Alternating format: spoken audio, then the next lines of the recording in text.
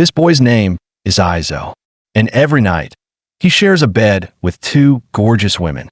But here's the thing, he's absolutely miserable. In fact, every time they get close, he instinctively backs away. Because these women aren't human. They're disaster-class viruses, Izo's own twisted creations. One slip up, and they'll devour him whole. No joke, nothing will be left. You see, Izo's not your average guy. He's an alchemist, a specialist in crafting living catastrophes. But even he didn't see this coming. One day, something went horribly wrong in one of his experiments. He had followed the blueprint for the so-called final calamity. But instead of a nightmare, he ended up with a girl. A drop-dead, gorgeous one. At first, Izo thought she was just a disguise, some kind of fake human shell hiding the real danger. He even figured those two protrusions were probably energy storage units. But the test results? Completely unexpected. The softness, the warmth, the texture, everything pointed to one impossible truth. She was just an ordinary human girl. Izo was completely breaking down. He had grafted the Angel of Annihilation's left arm onto her, and the sorrowful eye of the Emerald Queen. Where the hell did that go? And most importantly, the perpetual core? Why wasn't there even the faintest sound of a mechanical heartbeat? That's when his assistant, a giant rat, suddenly screamed, "Watch out!" In the very next moment, the girl lunged and sank her teeth into Izo's carotid artery. The rat looked devastated. "Farewell, my friend. I'll carry on the legacy of House Perchalade." But then Izo's furious voice rang out. "You damn rat. I swear I'll stuff a back's stink bug eggs into your precious cheese vault." The rat snapped. "What? That's messed up. Wait, you're alive." Turns out, the blood from earlier wasn't Izo's at all. He stood up with pride. "I am Izo Perchalade, the greatest alchemical genius of this century. You think I died to one of my own test subjects? Remember? I had you add my liquefied soul extract into the final calamity's incubation tank. She has a natural affinity for my soul. She literally can't hurt me." The rat rubbed his chin. "Liquefied soul extract. That doesn't sound familiar. All I remember is getting drunk that night, and you handing me some bottle to dump into the tank." The rat continued. "It actually smelled kinda nice. So I poured into my drink instead." Mid-sentence, he suddenly slapped his forehead. "Oh no, we're screwed." Just then, Izo barked a command. "Final calamity. As your creator, I order you, get off of me." But she didn't move. She just stared at him and started leaning in closer. The next second, her tongue came out, and she licked him. Izo's face turned red on the spot. Then she licked him again. That did it. He went full crimson. He shoved her away in a panic. "I've been compromised," he yelled. "Rat, get the purification spray now." Without hesitation, he slammed a button on the console. Final Calamity blinked, confused, before being instantly sealed back inside the containment pod.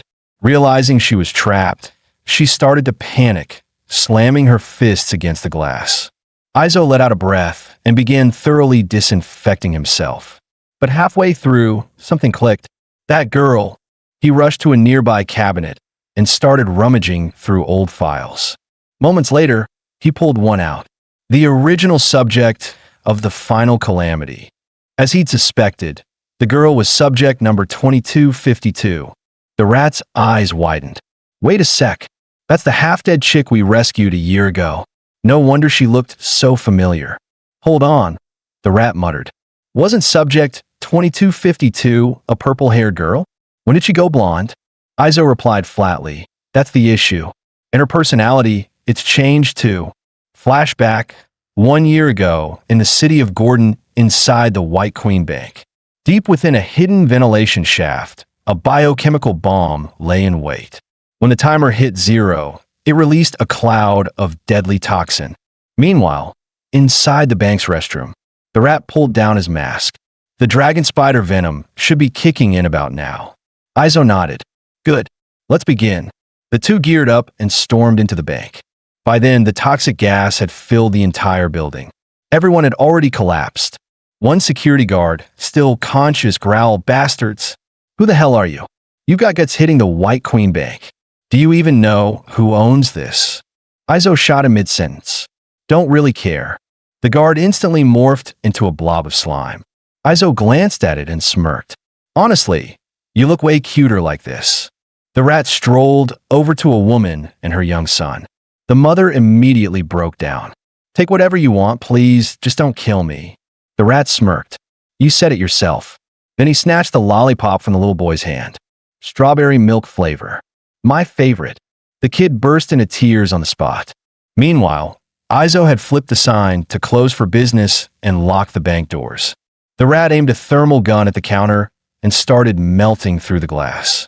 Once they reached the vault, Izo placed an explosive charge on the main door. One massive boom later, the vault swung open, revealing stacks of cash and piles of gold. The two fist bumped in pure joy. Let's take it all, baby. We're the bad guys. That night, the two stood on a rooftop, bottles in hand, celebrating like kings. Then bang, a gunshot rang out in the distance. Both of them hit the deck, scrambling behind a nearby water tank. Izo whispered, "Who fired that shot? Is the Security Patrol Bureau onto us?" The rat listened closely. No, that wasn't a standard patrol issue. That was a large caliber revolver. Down in a dark alley, a man stepped into view, cigarette in mouth, revolver in hand. It was none other than the city's so-called hero, director of the Lighthouse Division, Gordon Security Patrol, the bullet gentleman, Home Milk. In front of him, a woman missing half her limbs was desperately crawling forward. The rat scowled. Home Milk, that old bastard. We just cleaned out a whole bank in his district, and he doesn't even blink. But now he's out here, chasing some cripple? What? Are we not big enough fish for him? Izo held up a hand. Chill. Let's hear what he's saying. Whole Milk looked down at the crawling woman and said calmly, "A real hound of the underdogs unit. Huh? Even in that state, you took out 5 of my Tier 1 officers. But now look at you, crawling like a mutt. Tell me, where's the underdogs assassination roster? Say the word, and I might let you live. I am a gentleman, after all." The woman glared at Whole Milk with burning hatred in her eyes. Whole Milk let out a chuckle. Oh, right. I almost forgot. The Underdogs unit, for the sake of secrecy, had every member's vocal cords removed, communications, all in hand signals. What a sad little bunch. Just then, the woman slowly reached behind her and pulled out a filthy teddy bear. Whole Milk's smile vanished. He fired instantly, right in her hand. Seriously? You're still trying to pull something? Bad girl. He bent down and picked up the stuffed bear. Wait. Don't tell me. This ragged toy is where you hid the assassination list? Bleeding, the woman grabbed his pant leg, reaching for the bear with trembling fingers. All she could manage was a strained, agonized ah. Without hesitation, Whole Milk smashed the butt of his revolver into her head. Guess this filthy little bear really means a lot to you, huh? Then here, take it back. Whole Milk tossed the teddy bear back at the woman's feet. Then bang, he blew the bear's head clean off. The alley echoed with the woman's blood-curdling scream. Whole Milk exhaled coldly. Whatever. Even without the list, your corpse will fetch a bounty. Not as much, but it'll do. Just then, someone started clapping. Well. Gordon City's justice incarnate. The fearless, incorruptible hero. The bullet gentleman himself. Turns out, you've got a price tag after all. Izo and the rat stepped out of the shadows. Whole Milk spun around, gun raised. Who's there? Izo smiled, unfazed. Allow me to introduce myself. Standing before you is the most notorious criminal in Gordon City and the greatest alchemical genius of this century, Baron Izo. The rat cleared his throat. Izo blinked, then snapped his fingers. All right, how rude of me. This is my first lieutenant, Dr. Mad Rat. The rat immediately jumped in. Hold up, I gotta correct that. I'm not a minion. I'm a partner in crime. We operate on an equal basis. Thank you very much. Also, it's the mysterious and mad Dr. Rat. Don't forget the adjectives. The two instantly started bickering. You already have mad and mad rat. Why throw crazy on top of that? Because I like it that way. Mind your business. Whole Milk cut them off, clearly annoyed. I'm not here to play kindergarten. Keep bothering the grown-ups, and you'll miss your next milk break, little boys. Izo's tone dropped. Looks like he's underestimating us. Mad Rat, show him what we've been working on. With a grin, they tossed 2 heavy duffel bags onto the ground. Whole Milk glanced down at the bags. His expression darkened instantly. So, it was you two, the ones who hit the White Queen Bank earlier this evening. The two grinned smugly at Whole Milk's recognition. Whole Milk stared them down. Criminals who brag about their crimes to satisfy some twisted emotional need are usually insecure and desperate for validation. In my experience, people like that are always bottom-tier trash. He raised his revolver slowly. I don't usually waste bullets on rookies or garbage. Each shot costs too much. But for you two, I'll make an exception. As a gentleman, I'll give you 3 seconds to run.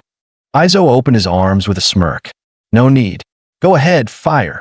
Let me witness the legendary elegance of Gordon City's top marksman, the bullet gentleman himself. As you wish. Whole Milk narrowed his eyes and squeezed the trigger, but his finger wouldn't move. Wah, what the hell? Why isn't the trigger working? Panic crept into his face as the gun in his hand suddenly felt like it weighed 100 pounds. His legs trembled. He couldn't even keep himself upright. That's when Whole Milk finally noticed it. One of the money bags was leaking a faint green mist. Izo smirked. Took you long enough that's neurocellular paralysis gas, codename, the Powerless. Humans exposed to 300 ppm for just 8 seconds begin to lose control of their bodies. You've been breathing it in for over a minute. Whole Milk's face darkened. What's your goal? Are you trying to rescue that woman? Izo scoffed. Please, we're villains. You really think we're the kind of people who save others? Bang! He fired straight at Whole Milk's head. We just can't stand watching so-called heroes like you strut around. Whole Milk instantly turned into a glowing green slime. Terrified, he started oozing away. The rat didn't bother chasing him. T-Sich, silver-ranked city hero? What a joke. He clapped his paws together. All right, clean up the scene. We're heading back to base to party. Izo crouched in front of the injured woman. The rat raised an eyebrow. Yo, what are you doing? Observing, Izo said flatly. Just curious how much longer she can stay alive. He inspected her injuries like a surgeon reading a checklist. Left arm and leg severed. Wounds starting to rot. Bullet through the right palm. Rib cages practically dust. Right eye gouged. Half her fingernails ripped off. Vocal cords burned. That heartbeats erratic. Cardiac failure imminent. And her blood's loaded with at least 4 different types of high-grade toxins. He stared at her, intrigued. It's a miracle she's still breathing. Who the hell is she? The Bureau doesn't torture just anyone like this. The rat rolled his eyes. Who cares? She's dying anyway. Let's head back and party. It's way more important. He squinted at Izo suspiciously. Wait, you're not thinking of saving her, are you? Izo practically jumped back. Save her. I'm Baron Izo, the #1 evil mastermind in this city. Saving people? That's insulting. The rat let out a sigh of relief. Phew, thought you'd gone soft or something. Enough of this hero talk. Let's get out of here. Just before leaving, Izo glanced back. The woman was still crawling forward, inch by inch. He muttered to himself, seriously? After all that? What the hell is she even trying to do? But then he scoffed and turned away. Whatever. People rot and die in these alleys every day. Has nothing to do with me. Thunder cracked overhead. Rain poured down in sheets. Izo and the rat opened their umbrellas and walked off. But the woman, she never looked away. Her gaze stayed locked on that torn-up teddy bear lying ahead. With the last of her strength, she dragged herself over and wrapped her arms around it. And for the first time, she smiled. Eyes closed, still smiling. She let the cold rain soak her motionless body. Just then, a foot splashed down in the puddle beside her. It was Izo. He came back. In the operating room, the rat, dressed in full surgical gear, yelled, Do you even realize what we're doing right now? Izo shrugged, totally unfazed. Performing surgery? The rat's eyes went red with rage. We're saving someone's life, damn it. Since when did you start picking up bad habits like rescuing people? Did you forget our dream? Izo replied without hesitation. Of course not. Our goal is to become the most evil villains the world has ever seen, and bring back the terrifying glory of House Perxalate. But to do that, we need to create the ultimate bioweapon, something that can wipe out humanity and rival the gods themselves. Final Calamity. The host body for Final Calamity must embody every extreme negative emotion. Pain, despair, sorrow, rage, but above all, it has to retain a single, untouched speck of pure goodness deep within the soul, that tiny spark. That's what makes Final Calamity controllable. We've failed over 1,000 times because none of the previous subject had it. But this woman, she fits the criteria perfectly. The rat frowned. Yeah, but she's hanging on by a thread. She could croak any second now. Izo's eyes sharpened. Then there's no time to waste. We begin the Final Calamity procedure. Immediately, you prep the transplant materials. I'll go extract the womb blood from the cocoon of despair. The rat snapped his fingers. On it. Moments later, the surgical materials were laid out. The withered left arm of the Angel of Annihilation. The sorrow-soaked right eye of the Emerald Queen. A Jinn, 3 upgraded artificial heart. The heart eternal. And finally, purified womb blood from the decay-cleansed cocoon of despair. Izo pulled on his gloves with a grin. Time to create a miracle. But to their utter shock, after 400 days of non-stop effort, the ultimate bioweapon they'd created, Final Calamity, turned out to be a clueless, wide-eyed anime girl. The rat stared at her blankly. So now what? Izo sighed. Start the usual protocol tomorrow morning. Observation, cultivation, and combat tests. If she turns out to be defective, we scrap her. I'm not keeping a failed experiment around. But that night, Izo found himself tossing and turning in bed.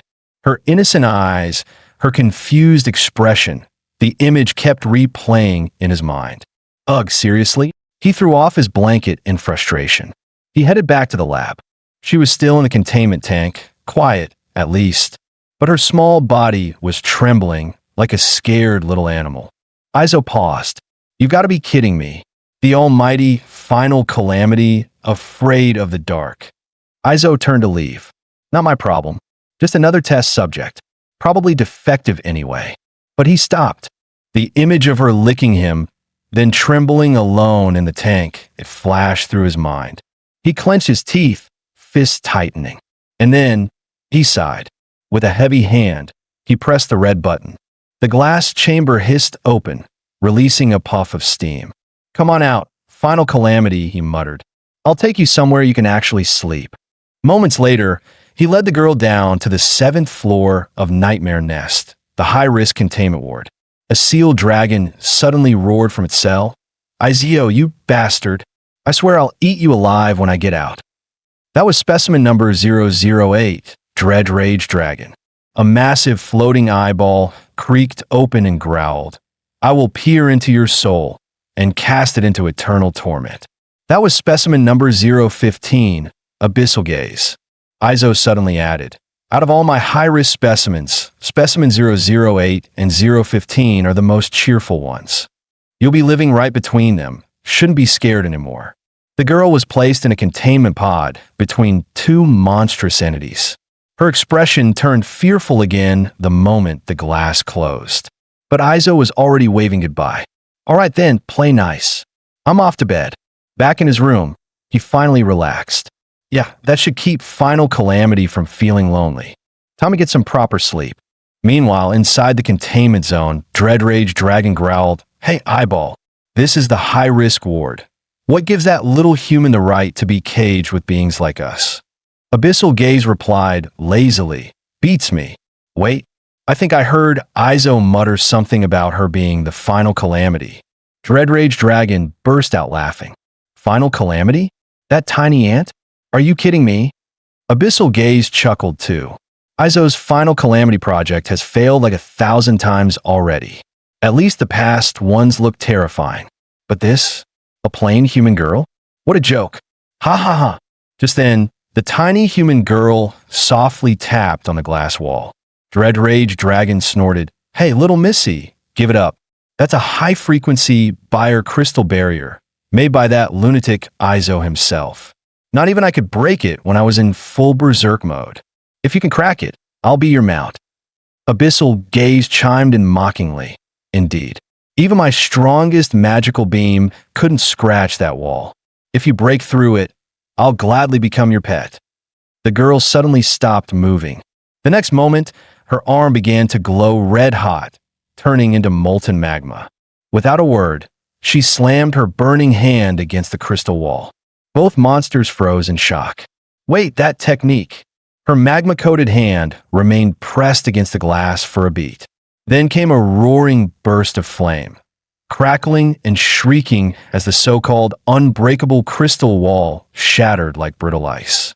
Moments later, a massive hole melted clean through the supposedly indestructible crystal wall, its edges still glowing with heat.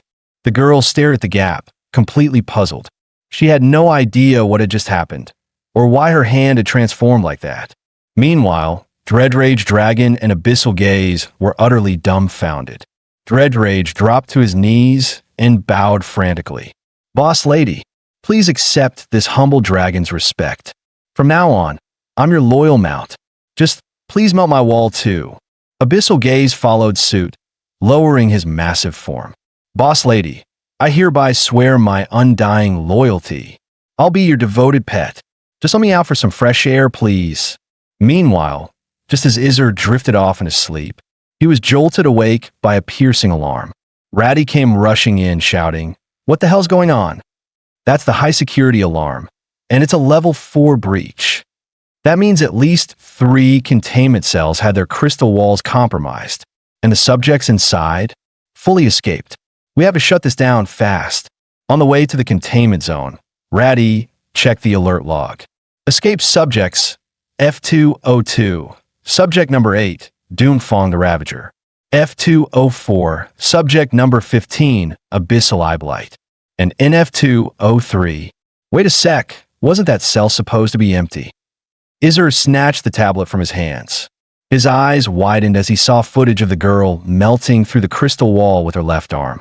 "She's manifested the arm of the Inbringer," he said, thrilled. Ratty, however, lost it. "Hold up. Forget that. Why the hell is Final Calamity in the high-risk sector?" Ding! The elevator arrived with a cold chime. As the doors slid open, chaos greeted them. 2 monstrous entities were wreaking havoc. Izzer narrowed his eyes. "You two done with your little tantrum yet?" Only then did the 2 abyssal beasts slowly turn to face them. Doomfang roared first. "You bastard, Izzer. You've locked me up like a damn lab rat for too long. It's payback time." Before he could strike, Ratty casually fired a shot. A cloud of smoke burst right over Doomfang's head. "What the hell is this?" the dragon snarled. Izzer calmly replied, "That's a biogrenade packed with over 200 spider dragon eggs. As a dragon, you should know exactly what those are." Doomfang's voice trembled. Those are the parasitic spiders that feed exclusively on dragonkind and their kin. Once they hatch, there's no escape, only death." "Correct," Izzer said with a cold smile. "Smart dragon." At that moment, Abyssal I launched a sneak attack. While that idiot Doomfangs got his attention, my magic beam will melt Izzer down to atoms. But Izzer casually raised his hand and tossed a grenade into the air. The massive eye instinctively locked onto it. In the blink of an eye, the grenade exploded in a flash of blinding white light. "Aakak, my eye. I'm going blind." "Damn you, Izzer," the monster howled. Izzer smirked.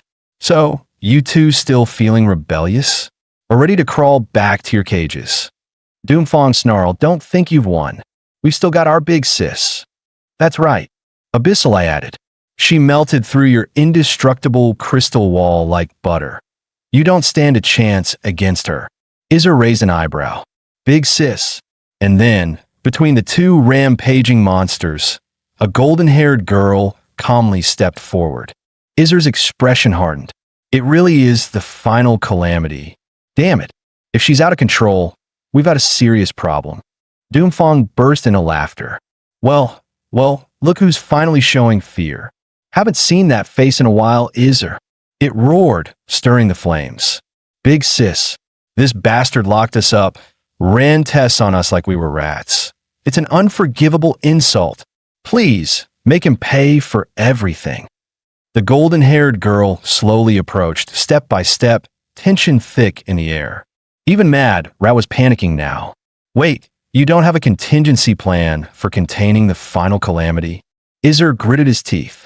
Theoretically speaking, there's no known physical method that can fully suppress her.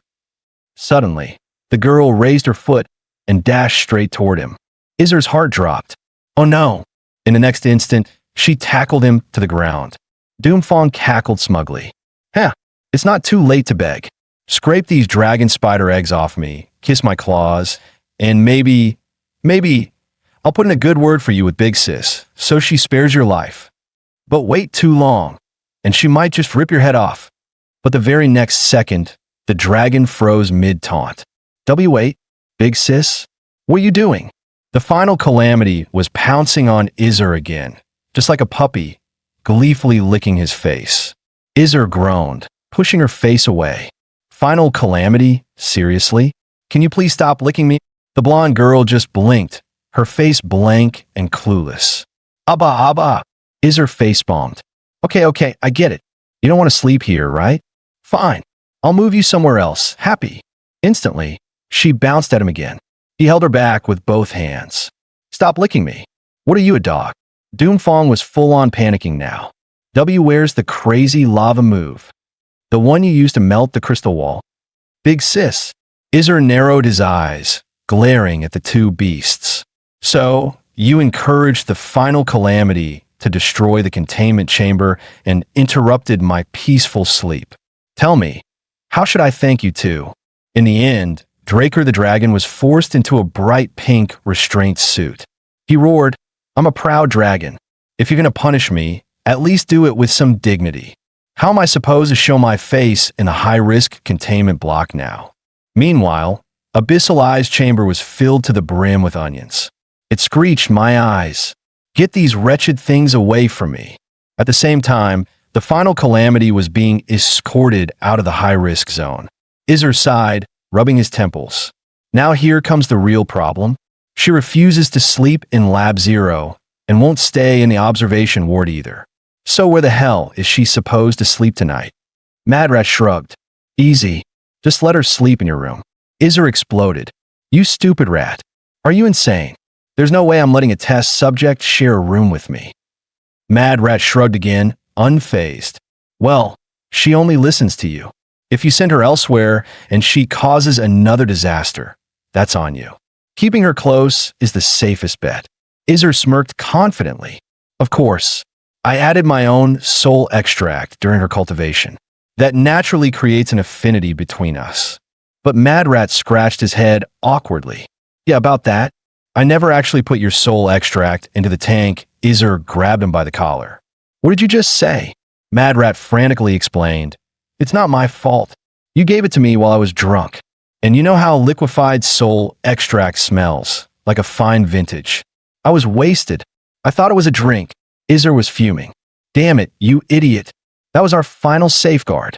Without the link, if the final calamity goes berserk, we're all dead. Hold up. Look behind you. Madrat pointed urgently. They turned to see the final calamity crawling into the giant fish tank. The next moment, she dove headfirst into the water and grabbed a fish barehanded. The 9-headed Hydra hatchlings inside the tank all cowered in fear, hiding behind coral formations. Izzer snapped, hey, Little 9 isn't a toy. Get out of that tank right now. But underwater, she couldn't hear a thing. Izzer had had enough. He grabbed her leg and yanked hard.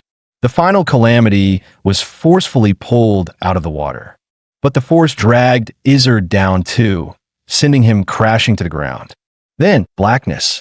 She had landed squarely on his face.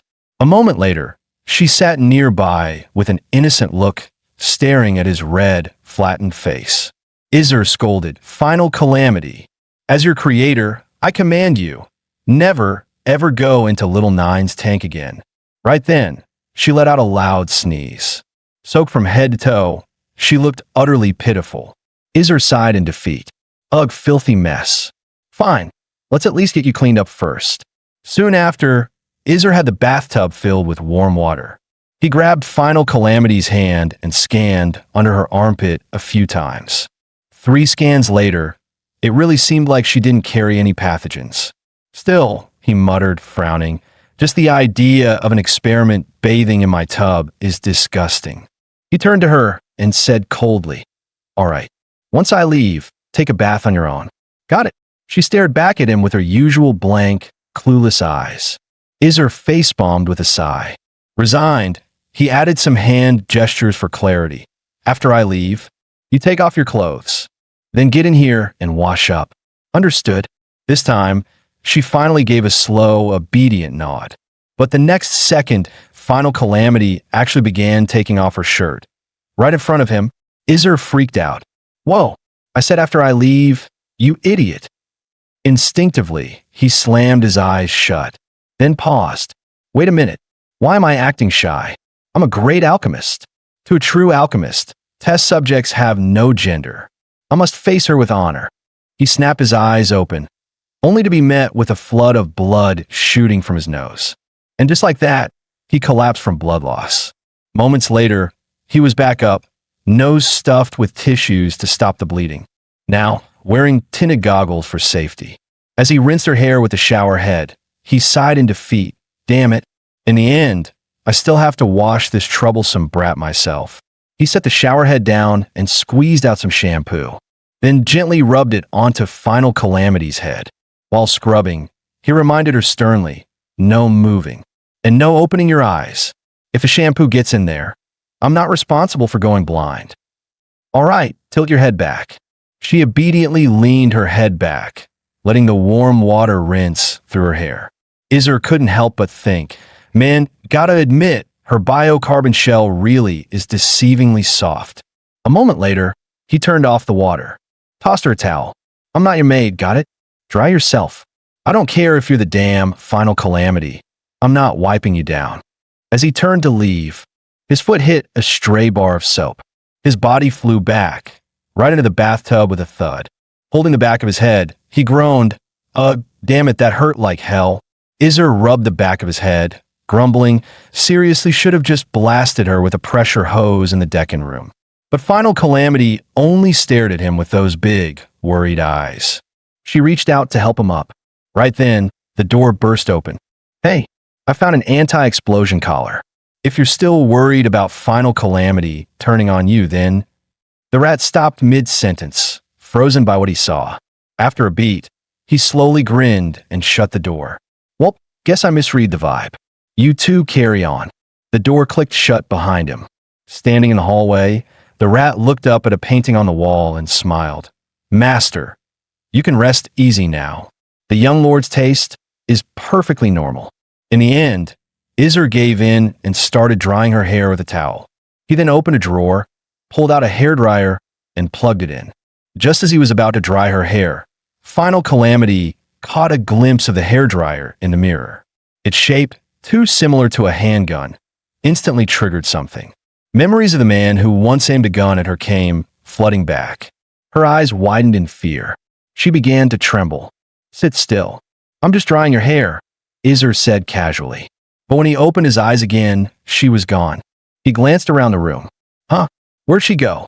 That's when he noticed a shadow behind the curtain. What the hell is she doing? He yanked the curtain aside. There she was, curled up in the corner, shivering. Izzer froze. What did I do? She's terrified? But she didn't even flinch when facing those monsters.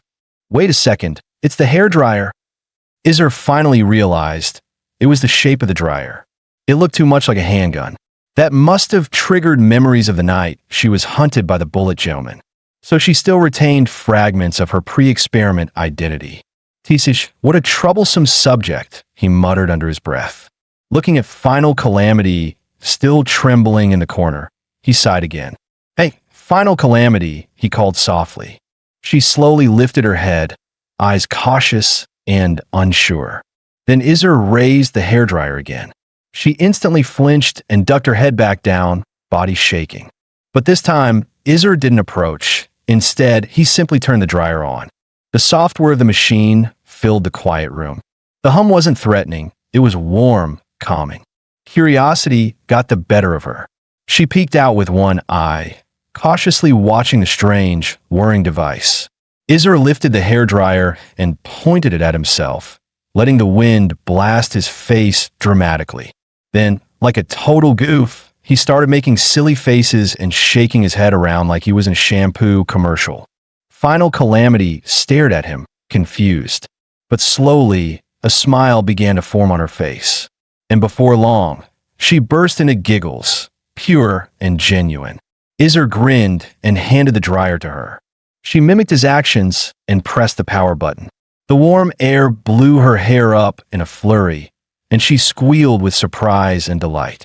20 minutes later, Izzer was deadpan, eyes twitching. I should have just let her stay scared of the damn thing. Unable to take it anymore, he snatched the dryer back. I didn't spend over a year creating you just so you could stay up all night playing with a hairdryer. Final Calamity gave him a pleading look, silently begging for the hairdryer back. Don't even try the cute act. Not working on me. Izzer growled and shoved the dryer back into the cabinet.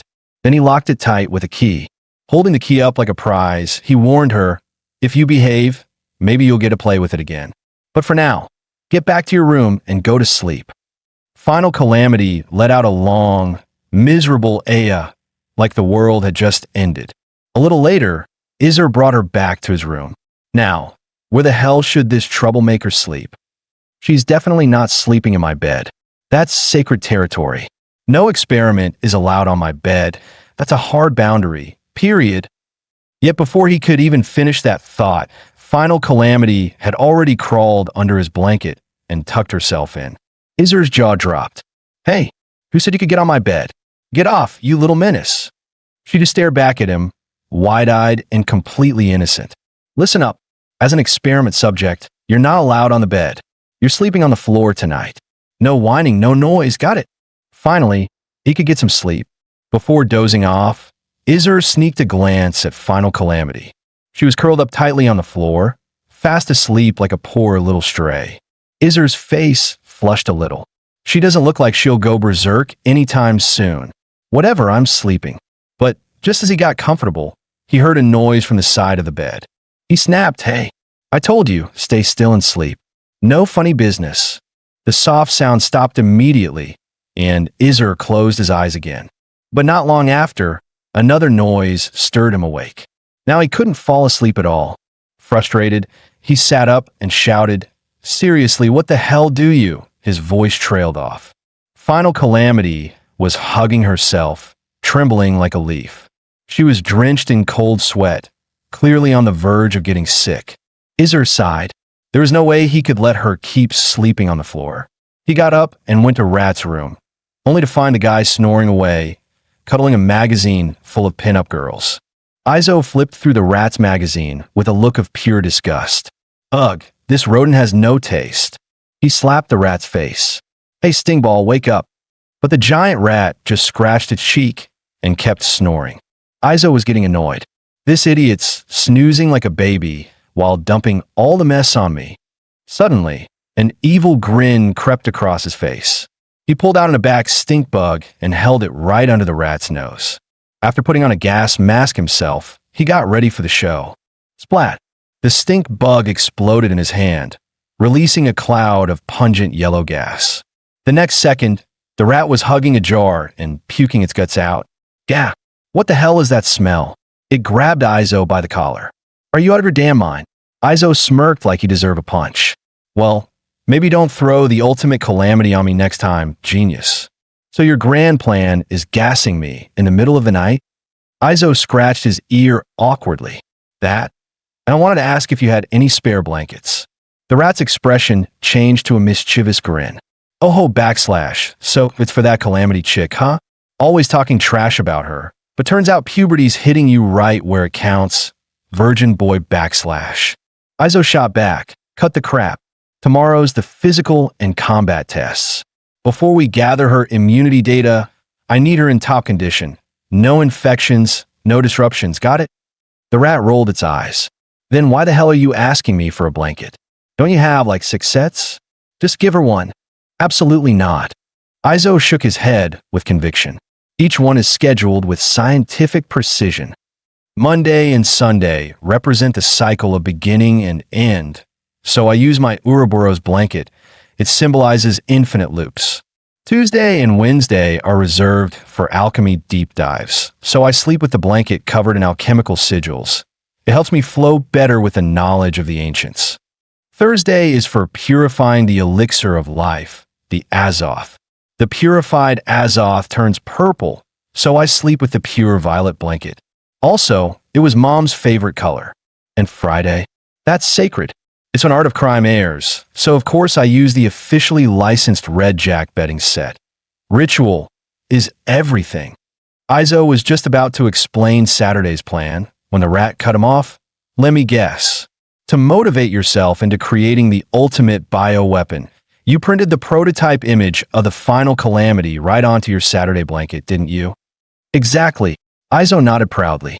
So, I've got nothing extra to give her. The rat stared at him, completely deadpan. Dude, that girl is the final calamity. So if she sleeps under a blanket with her own face on it, makes perfect sense to me, backslash. Izo froze. He had no comeback. He glared at the rat. Technically, she hasn't passed all the performance tests yet, so she doesn't deserve that title. The rat yawned. Call her whatever you want. I've only got one blanket and you're not getting it. Dream on. Izo scoffed. TCH. A rat needing a blanket, what a joke. Still, he found himself standing in front of his storage cabinet. With a long sigh of defeat, he pulled out the Saturday blanket. As Izo spread the blanket, he nagged non-stop. This is a benevolent loan from your great creator, me. So treat it with respect. No drooling, no wrinkling, and absolutely no rolling yourself into a blanket burrito. Got it. But the final calamity was already tucked in, fast asleep like a cozy little kitten. Izo lay in bed, mumbling to himself, just to be safe, maybe I should put a shock collar on her. Whatever brain shutting down, in the dead of night, her sleeping spot was empty. She stood silently by Izo's bed, blue eyes glowing faintly in the dark, watching him. 8 a.m. sharp. A crow perched outside let out a mechanical caw. Time to rise and shine. Greatest alchemist of the century. Izo opened his eyes with a groan, looking like a zombie. Ugh, I forgot to set the alarm. Damn that girl. I didn't even get my full 8 hours. Suddenly, Izo realized there was a hand resting softly on his chest, and warm, steady breaths tickled his ear. His face lit up red, a strange tingle running down his neck. It hit him. This warmth, could it be? He turned his head and saw the final calamity lying peacefully beside him. She was curled up against him, arms wrapped around his waist, sleeping like a baby. Izo stared at her in silence. This doesn't look like the world-ending bioweapon I built at all. Right in that hazy, ambiguous moment, BAM, the door swung open without a knock. Morning. Izo backslash sleep well. It was the rat. The rat looked around and instantly noticed she wasn't in his room. Wait, where's the girl? Where'd she go? Izo stiffened, panic rising. I don't know. The rat's face turned serious. You what? Are you insane? If she wandered into the high-risk specimen zone or the main lab, we're screwed. Pull up the surveillance now. Izo's face darkened. You go check the surveillance room first. I'll be right behind you. The rat nodded. All right, heading there now. Just as it turned to leave, something caught its eye. The blanket on Izo's bed was moving. It spun back around. Hey, your blanket's twitching. Izo panicked, slamming his hand down on it. Why you seriously need to get your eyes checked? Blankets don't move. At that moment, the final calamity poked her head out from under the blanket, face red like a tomato from being smothered. She was drenched in sweat, gasping for fresh air. Izo let out a defeated sigh. She snuck into my bed last night. The rat gave him a wink. Come on, man. You and I are brothers. No need to be shy about it. You're a teenage virgin with needs. I get it. I'm not judging you. I'm proud of you. Our little alchemist finally growing you. PSHHHHH. Before it could finish, Izo blasted it with a can of something nasty. The rat collapsed, coughing and gagging on the floor. You psycho. That's triple concentrated stink bug gland extract. We made that to fight superheroes, not each other. Izo said coldly. I told you. She climbed on her own last night. Stop with the nonsense. Get your gear. We're starting the full diagnostic on the final calamity. The girl on the bed blinked in confusion, still half asleep and completely lost. In the specimen testing zone, basic physical metrics lab, the rat was adjusting the scanner. Hey, quit lifting your head. You move, and the data's useless. Height, 1.71 meters. The rat turned to Izo with a smirk. Well, she's 11 centimeters taller than you. Buddy backslash, if you ever want to kiss her, better start practicing on tiptoes. Izo exploded. Who the hell wants to kiss her? Idiot. I'm still growing, okay. Next up, body weight analysis. Result, 64 kilograms. Izo frowned. 64? That can't be right. Just the Angel of Cinder's left arm alone should weigh more than that. Not to mention the ultra-dense chrysalis blood we injected into her. Her real weight should be pushing 800 kilos. The rat, completely ignoring him, continued with a bust measurement, an absurdly perfect 36D. You moron, Izo shouted. Stop wasting time measuring useless crap. Next up, lung capacity test, the rat announced, holding up a strange-looking device. Watch and learn. First, take the deepest breath you can. Inhale, then blow into this tube as hard as you can. Izo puffed out his cheeks and blew with all his might, nearly turning purple. Finished, he handed her the mouthpiece. All right, your turn. The final calamity mimicked him and inhaled deeply. Izo nodded approvingly. Yes, just like that. Now exhale hard. But something was off. She just kept inhaling and inhaling. Her face turned red from holding it all in. Izo panicked. Wait, what are you doing? You're supposed to blow into the device, not. Before he could finish, she grabbed his face. Hey, what are you doing? Not my mouth, you idiot. Her flushed face leaned in close. Then, without warning, she kissed him. Izo's knees buckled from the shock, and he toppled over, crashing into the table with a loud thud. Just then, the rat burst in again. No knock, no warning. So, did she finish the lung test yet? Izo, still half-smothered, desperately flailed. MMPH, rat. Help me. MMPH. The rat just blinked calmly. Honestly, this was starting to feel normal. The final calamity wiped the drool from her lips with a satisfied grin. Kiss test, complete. But then she turned to the machine, confused. Huh, why isn't it responding? I tried really hard to test it. Meanwhile, Izo was furiously rinsing his mouth out in the sink. The rat burst into uncontrollable laughter. Dude, you just got mouth attacked by your own lab experiment. You might be the first in the entire Persilad bloodline. Wahaha. So tell me, was her kiss soft and sweet, hub backslash? Izo snapped. You've been talking way too much lately, you damn rat. Seeing Izo don his gas mask again, the rat raised an eyebrow. Seriously? We ran over a dozen tests. She's completely pathogen-free. You don't need that biohazard cosplay. Enough nonsense. You're handling the rest of the tests. Fine backslash, I'll do it. Jeez, you're really just a clueless little virgin, huh? Sit and reach flexibility test, 8 centimeters, subject rating, D, within average human range. 50-meter sprint, 6.2 seconds. Lower body explosive power rated, D, within average human range. One-handed grip strength, 51 kilograms. Grip rating, D, again, standard human level. Izo stared at the results, frowning. Her stats, they're basically the same as any normal human. The rat scratched its shin. Maybe she's just not in combat mode yet. Besides, these are just basic metrics. What really matters are the attack pattern and strength tests, aggression tendency tests, and full resistance and durability evaluations. While the two of them were brainstorming how to trigger combat mode, the final calamity was curled up in the corner, happily gaming on a handheld console. Izo's expression darkened. Easy. Lock her in a room with the most bloodthirsty specimen we've got. The rats first stood on end. Wait, what? You're talking about using specimen 0 for this? Are you insane?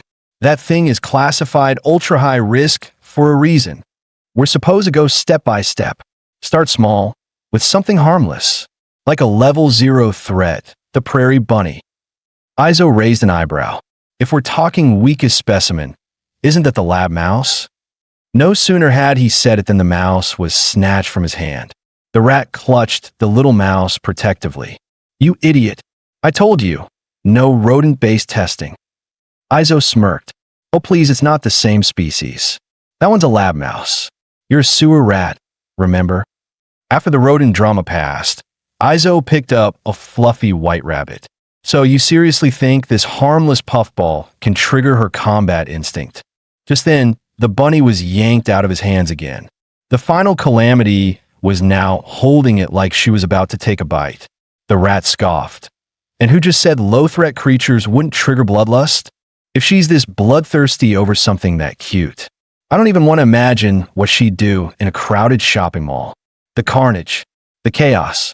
I'm getting chills just thinking about it. But in reality, she was just cuddling the bunny, gently rubbing her cheek against its fur. Not even a nibble in sight. Izo's dark fantasies? Completely off base. The rat and Izo looked on in horror as the final calamity snuggled the bunny. Is this our ultimate weapon? Where the hell's the carnage? The menace? The oomph?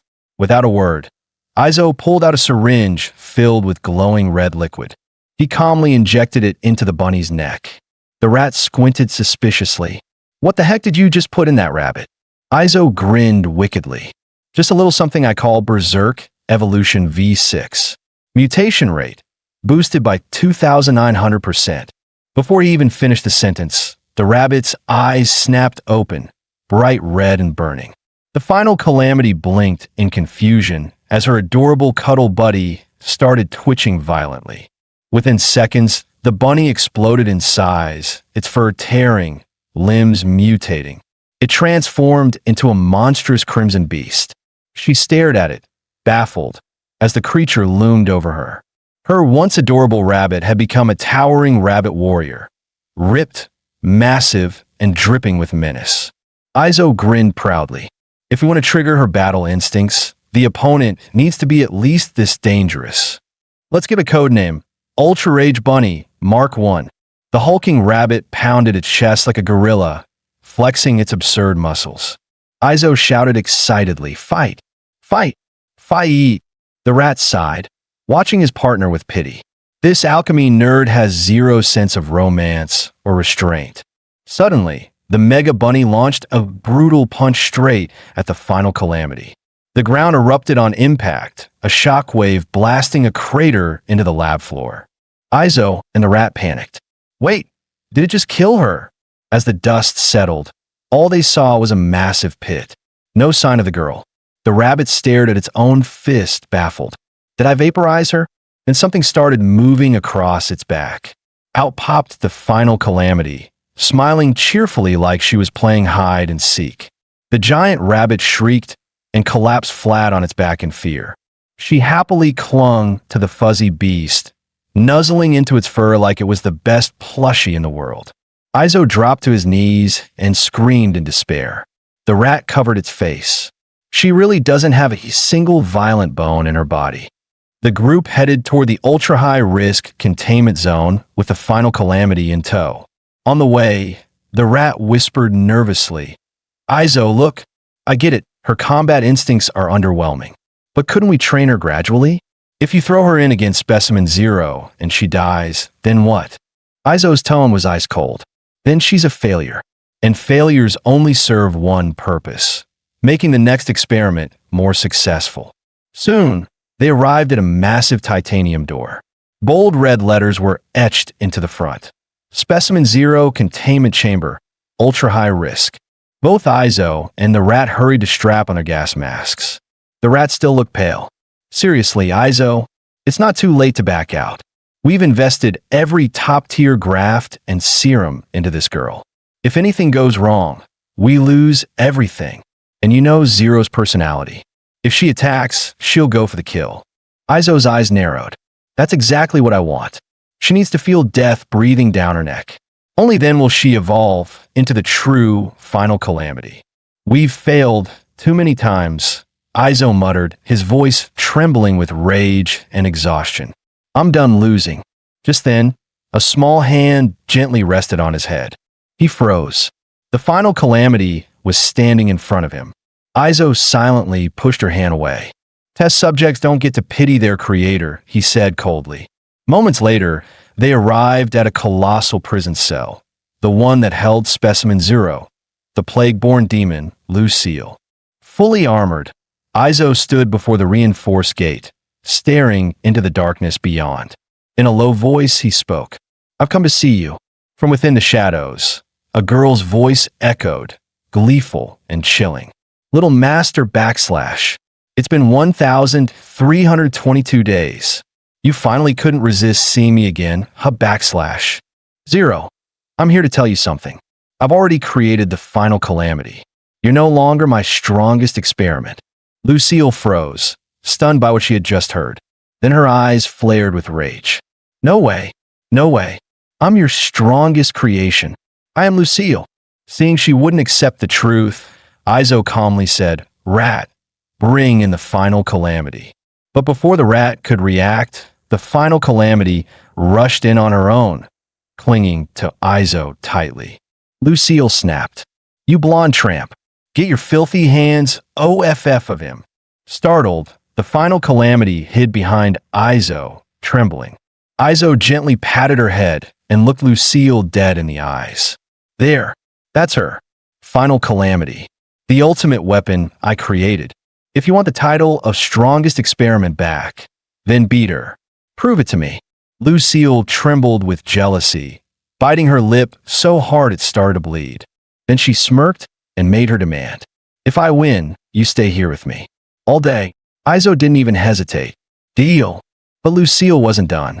I also get to cuddle him in bed tonight, she demanded, only to be flat out rejected by the very flustered virgin alchemist. She licked her lips with a wicked grin. Don't worry, little master. I'm gonna break your shiny new toy piece by piece / you belong to me and no one else. Izo turned away coldly. Then you'd better give it everything you've got. He looked to the final calamity, voice grim. Listen carefully. If you don't fight this time, you will die. And if Lucille kills you, it just proves your failure. I won't step in. I won't save you. The final calamity looked at him, wide-eyed and confused. She didn't understand what he meant. Without another word, Izo sealed the heavy door shut, leaving her alone inside. Panic set in. She banged on the door with all her strength, desperately trying to get back to him. Being near Izo was the only place she ever felt safe. And just outside that door, Izo quietly strapped on his gas mask, his face unreadable. He muttered to himself, emotionless. That's more like it. As the last heir of the Persilab bloodline, the leader of the Purity Research Order, and the infamous evil alchemist Baron, this is exactly how I should treat a test subject. With that, he made his way to the ultra-high-risk Specimen Zero surveillance room. The rat grinned as he entered. So, did you give the little calamity girl a nice goodbye hug? Izo plopped into his chair, annoyed. Cut the nonsense. Initiate the test. Release Lucille. The rat flicked a switch, mumbling whatever you say, but if she ends up dead, don't come crying to me. The steel chamber containing Lucille began to rise with a loud mechanical hum. Lucille stretched her limbs like a cat and smiled. Finally, I get to stretch my leg a little / She looked right into the security camera and giggled. Get ready to enjoy my dazzling little slaughter show, Master /. In the control room, Izo sat in silence, eyes locked on the monitor. Despite his cold expression, worry gnawed at him. Not even his favorite chips, offered by the rat, could tempt him. Izo silently swatted the chips away with a cold flick of his hand. The rat clutched the bag, offended. Hey, you used to love the cheddar-flavored ones. Why so tense, huh? Relax. Lucille's wearing an alchemy matrix restraint collar. If she tries to kill the calamity girl, the collar will suppress the plague virus in her body instantly. So, how about a little wager? I'm betting on Lucille. Winner gets control of the TV remote for all next week. Izo replied firmly, I'm betting on the final calamity. Because if she doesn't win, she dies.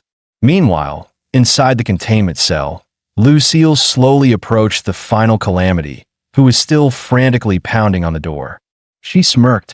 Don't waste your energy. That door's not opening. Huh? What's her deal? No bloodlust, no killing intent at all. Suddenly, Lucille's aura flared violently. Whatever. Once I take you out, little master will be mine. She launched forward with a vicious grin. You worthless excuse for a final calamity. Become my nourishment.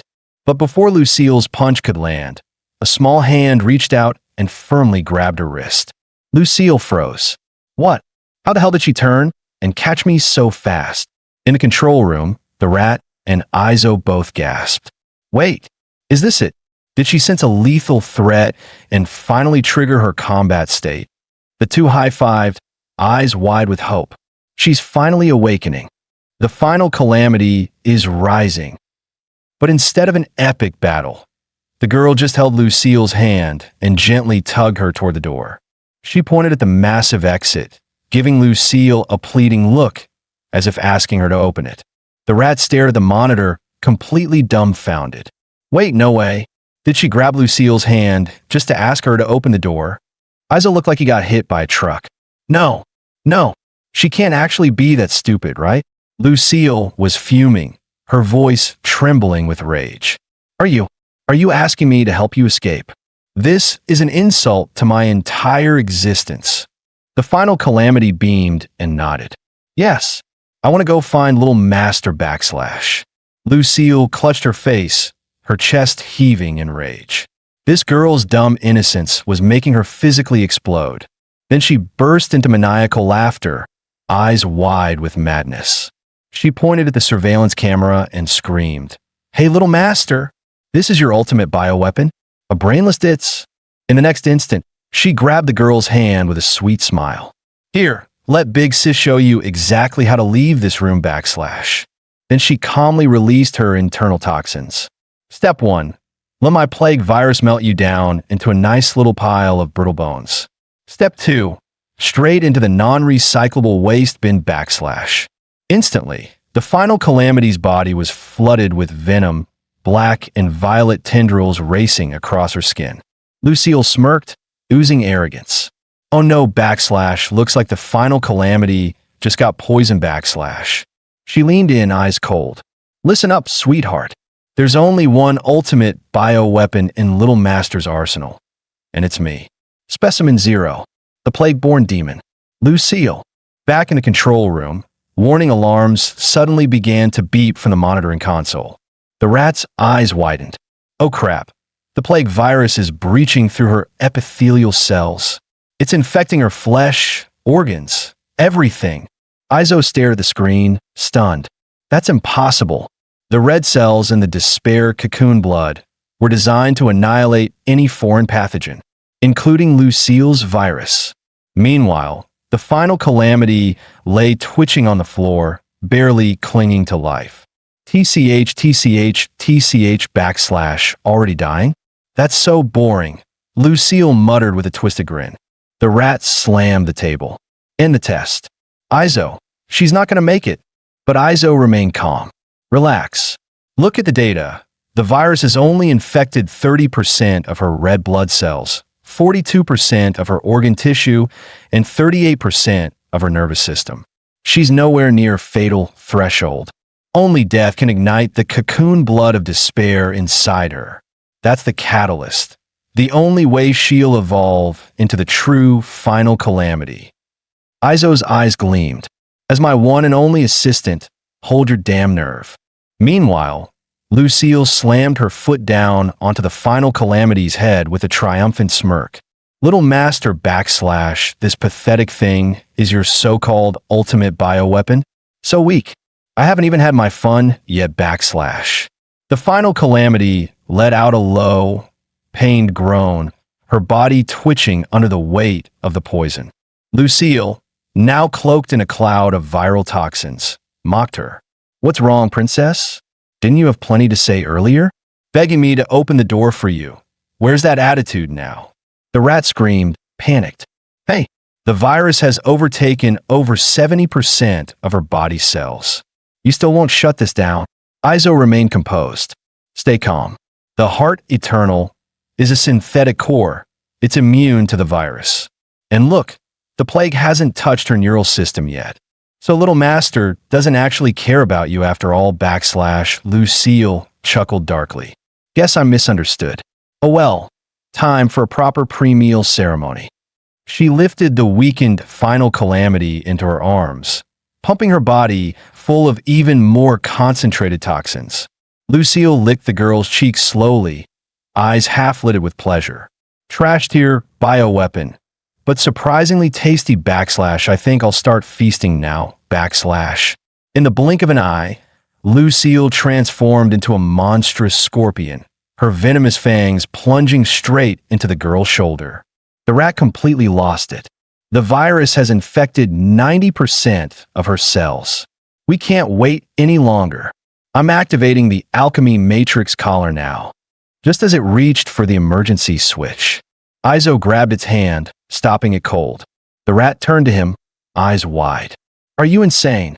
If we don't stop her now, she's dead. Izo's expression didn't waver. Not yet, just a little longer. The rat screamed. Little longer my ass. She's not ready. We can't just sit here and watch her get eaten alive. Izo still refused to let go. Even his anxiety tore at him from the inside. Don't give me that, you filthy rat. You dislike her because she's cute. You didn't hesitate for any of the previous test subjects. Remember why we're doing this. To make the world kneel before House Persilat. The final calamity. Lucille, they're just tools to get us there.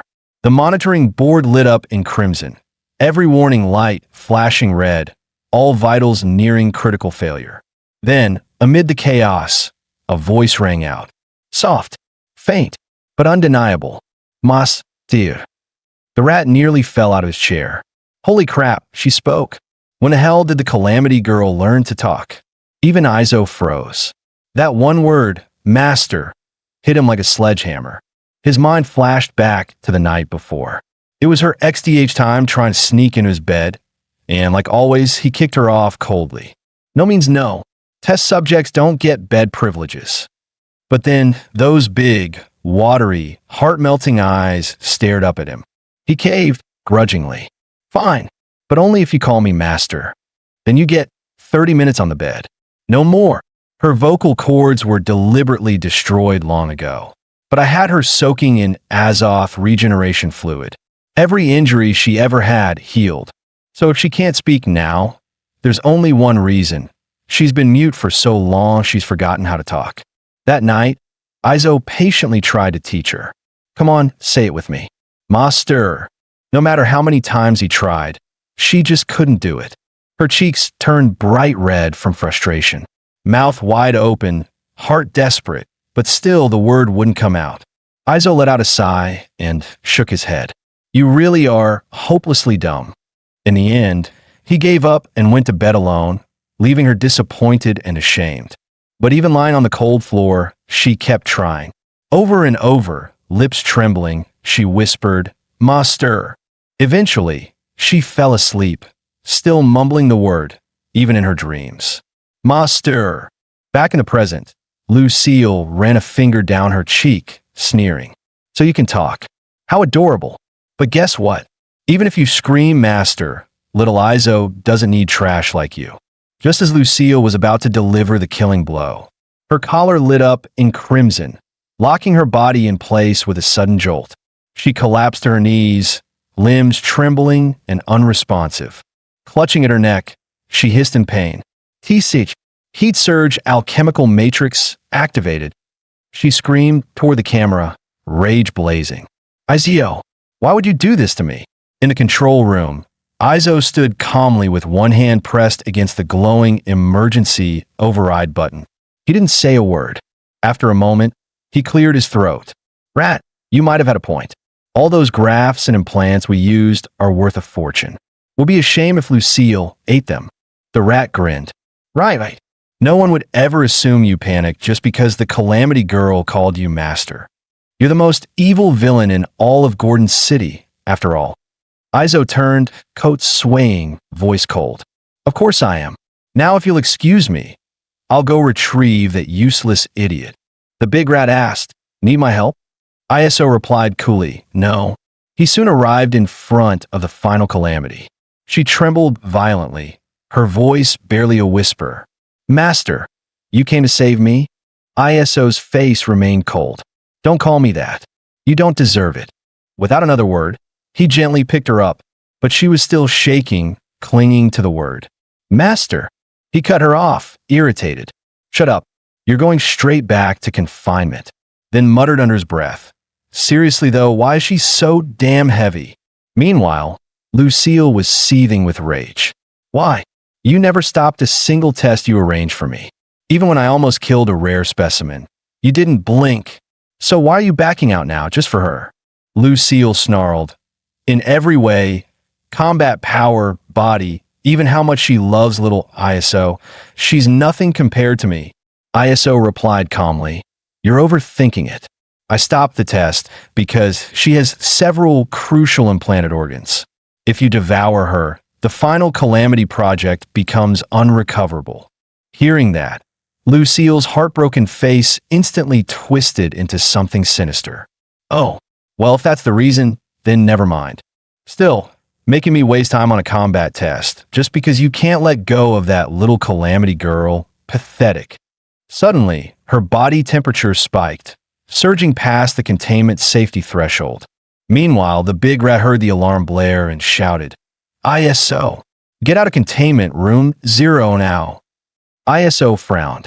"Why are you yelling like that? Trying to blow out my eardrums?" The rat was in full panic. "No, seriously. Lucille's alchemical failsafe collar is malfunctioning. Her temperature is skyrocketing."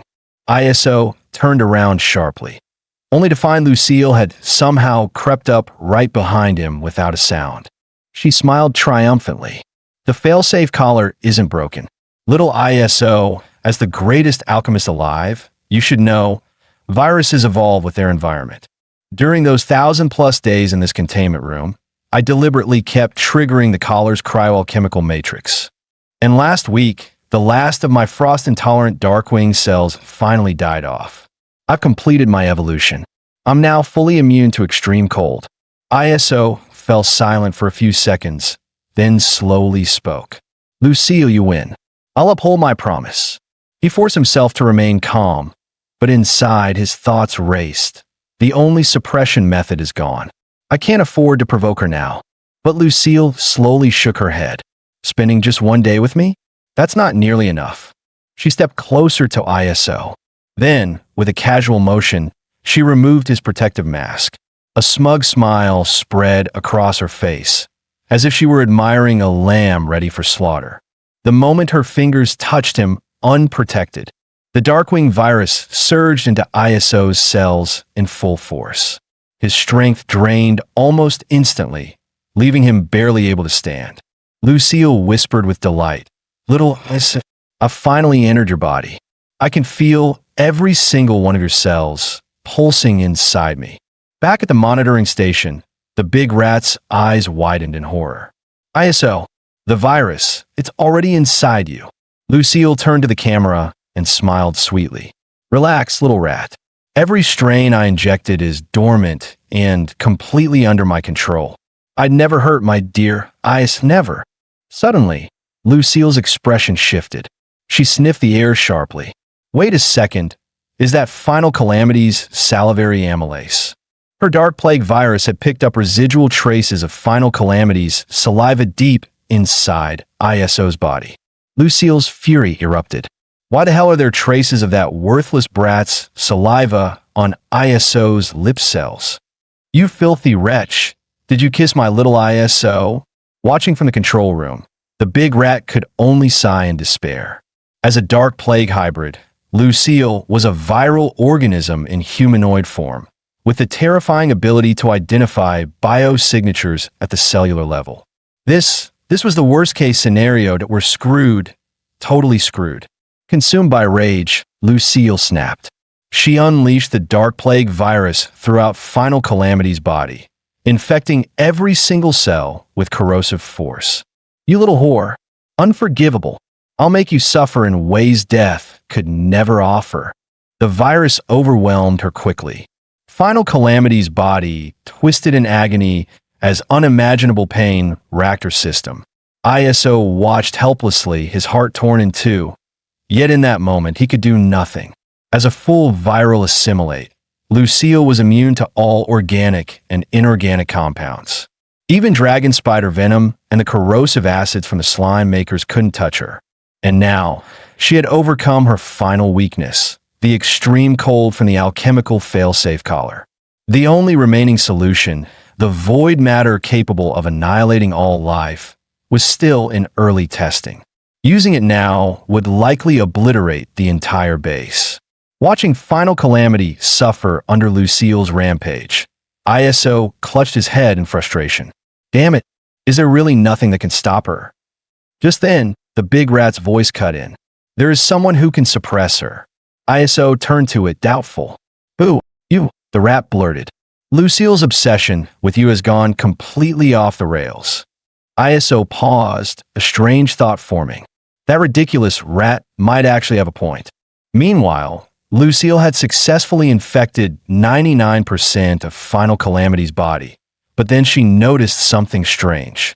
Her virus couldn't touch the girl's cardiac and neural cells. Still, she merely sneered. Doesn't matter. I'll just take everything except your heart and brain. Just as Lucille basked in her triumph, ISO suddenly shouted, Lucille, that's enough. I'll say this one last time. She stared at him in disbelief. You're seriously threatening me for that idiot? ISO's voice turned ice cold. I told you, she doesn't matter. But her body is the single most valuable experimental asset of House Persialad. The most important. Period. Without it, I can't conquer the world or restore the glory of my family. And if I can't do that, then what's the point of living? The big rat watched with fascination, muttering to itself, not bad. ISO's acting skills have really leveled up. To everyone's surprise, Lucille hesitated, then relented. Fine, I get it. ISO blinked, both shocked and suspicious. Wait, she gave in that easily? A subtle smirk tugged at the corner of his lips. Looks like I found a new way to control her, as humiliating as it is. But just as ISO began to feel a sliver of victory, Lucille suddenly snapped again. Little ISO, once I finish digesting her, I'll help you rebuild your family and conquer the world. ISO froze, expression blank. Yeah, she's still not listening at all. Lucille grinned wickedly, turning back to Final Calamity. You'll make such wonderful nourishment for my dark plague. At that moment, ISO's face darkened, as if coming to a painful decision. Looks like I have no choice. Time to use my last resort. The big rat's ears perked up. Wait, you have a last resort. Use it. Now. ISO groaned, clearly reluctant. It's just, this trump card is incredibly embarrassing. Suddenly, he yelled out, Lucille, if you stop right now, I'll hold you every night while we sleep together. The words hit like a lightning strike. Lucille froze, visibly shocked, then actually stopped what she was doing. With a flash, she zipped into ISO's arms, eyes gleaming with joy. Little ISO, what you just said, is it true? Eyes closed, ISO muttered, it's true. Everything you heard, it's all real. Lucille wrapped her arms around ISO, trembling with joy. This is perfect. Absolutely perfect. Little ISO finally belongs to me. And me alone. Staring at her love-struck grin, ISO sighed. So, do we have a deal or not? Lucille smirked. Little ISO, I'll let that trash live, but only if you agree to 2 extra conditions. ISO's tone turned serious. Name them. First, she said, raising her chin proudly, I want to switch places with that pathetic girl. She stays locked in this containment cell forever, and I get to leave to live with you. ISO clenched his jaw, thoughts racing. Her sense of vengeance is as twisted as ever. But for now, I'll have to play along. I'll find another way to control her, then rescue Final Calamity, fine. I accept. What's the second condition? The second one? Lucille gave a sinister little smile. She then walked over to Final Calamity's limp form, leaned down, and sneered, Hey, trashy slut, wake up. Without warning, Lucille pulled ISO into a tight embrace, shooting a smug glance at Final Calamity. Watch closely, you worthless slut. ISO struggled and snapped. Lucille, that's going too far. But Lucille ignored him. Tilting his chin up, she smirked. Humph.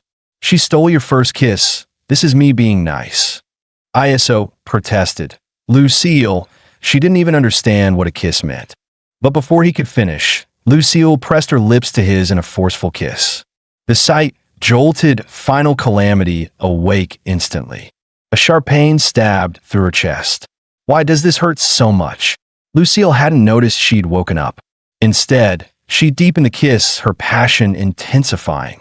Then, she went even further, her actions turning bold, shameless. ISO's face turned crimson, ears burning with embarrassment. Infected and weakened, he couldn't push her away. He was completely at her mercy. Watching from the sidelines, the big rat let out a conflicted sigh. As a friend, I'm happy for him. But as his lab assistant, I'm deeply concerned. So, should I be celebrating or grieving right now? After 2.5 minutes of testing, Lucille finally pulled away, completely satisfied. Lucille licked her lips with smug satisfaction. She gazed at ISO with overflowing affection. Little ISO, you taste just as delicious as I remember. Still using that lavender violet toothpaste, huh? ISO, now free from her grasp, immediately grabbed a disinfectant spray and furiously doused his mouth. But Lucille giggled. Oh, sweetie, that won't help. My cells have already taken root in your body, permanently. Final Calamity, watching him suffer in silence, clenched her fists. Her mechanical heart began to pound violently. She didn't understand why, only that her chest ached terribly. It hurts. Why does it hurt so much? At that moment, something stirred within her. Her immune system began targeting the dark plague virus. In just 2.5 seconds, her body had purged every trace of infection. Lucille finally sensed something was wrong. Her eyes shot toward Final Calamity. The girl stood tall, completely healed, wreathed in flames erupting from her body. Lucille's expression twisted in disbelief. No way. Before she could say more, Final Calamity's hand clamped around her throat. With cold, unflinching strength, she lifted Lucille off the ground, completely overpowering her. Final Calamity's left arm suddenly morphed, glowing with a fierce violet-red hue, covered in searing arcane runes. The big rat and ISO both gasped in shock. That's the left arm of the Emberfall Angel. Final Calamity looked down at Lucille with icy disdain. I hate you. With a deafening boom, flames exploded across Lucille's body, engulfing her in an inferno. Smash cut to the filming lot of White Queen Studios. A movie shoot was underway for their latest project, Feather Hunt Chronicles. After a flawless stunt sequence, the director shouted, "Cut! Perfect!" The White Queen, ranked number 2 among the city's heroes, was not only the lead actress, but also the CEO of White Queen Entertainment. During a break, her assistant rushed over with urgent news. Their corporate bank had just been hit. Her eyes widened. What did you just say? Is that true? The assistant nodded. Absolutely. 2 culprits, a human and a rodent-type demi-human. It was a 2-person job. They planted a timed gas device in the bank's ventilation system, the assistant explained. Knocked everyone out before the heist even began. This here is the actual device. The White Queen took the strange contraption and examined it silently. When her eyes landed on a specific symbol, her expression froze. It's him, the assistant continued.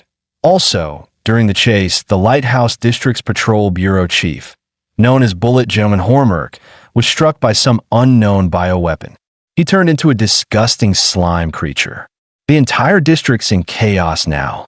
They're begging the central office for help. The White Queen's gaze turned icy. Tell those useless patrol idiots. This isn't their case anymore. Right. Well, the Lighthouse District is under your hero jurisdiction. She rose to her feet, tone sharp as steel. This has nothing to do with jurisdiction. Those 2 criminals might hold the key to a question I've been chasing for years. Mobilize everyone in the company. Spare no resources, track them down. Put the production on hold. I have more urgent matters to attend to. and during the pause, make sure the entire crew still gets paid in full. The scene shifted back to when the original body of Final Calamity was just a little girl who said you could mop the floor and play with toys. A woman snatched the toy from her hands and slammed it onto the floor, always clinging to that filthy trinket that dead wench gave you. Disgusting. And Jimon, I'm sorry. Please don't step on it. No, please. But the woman didn't care. She slapped the girl hard across the face. Her father rushed over, lifting her up. Jimon, it was just a bit of spilled water. You didn't have to hit her like that. Oh, now you're playing the doting father. Jimon sneered. Don't forget, Meyer. It was me who dragged you out of that starving back alley troupe and turned you into the kingdom's top playwright. Faced with her aggression, Meyer lowered his head and fell silent. Suddenly, a stranger appeared behind Jimon. This the house that volunteered a child soldier. Jimon smirked. That's right. Talking about this little brat right here. Meyer stepped forward. Jimon, who is this man? Why did he barge into our home without even knocking? The man scoffed. Knock? Huh. There's no door in this kingdom the hounds of the underrealm need permission to enter. Not even the king's bedchamber. Meyer's face went pale. You're with the underrealm hounds? He turned to Jimon, eyes wide. What the hell are you doing? Jimon replied with a chilling grin. Why? I'm giving that little mutt born from a whore the future she deserves. Jimon sneered. I heard the underrealm hounds only recruit children, so I kindly asked Daddy Dearest to send in a request to their commander. The man crouched down, staring at the little girl. This one, yep, that's her. Don't be fooled by her size. She's got strength, and she's tough. I starved her for 3 days once. She was still talking. Sounds like hound material to me. The man's gaze sharpened. Fierce eyes. I like it. We'll take her. Papa. No, I don't want to go. Please. Wah. At that moment, Final Calamity jolted awake in bed, gasping for breath. It had all been a memory, a buried fragment from her original self's childhood, surfacing in a dream. At her bedside sat a small, worn teddy bear, her most treasured companion.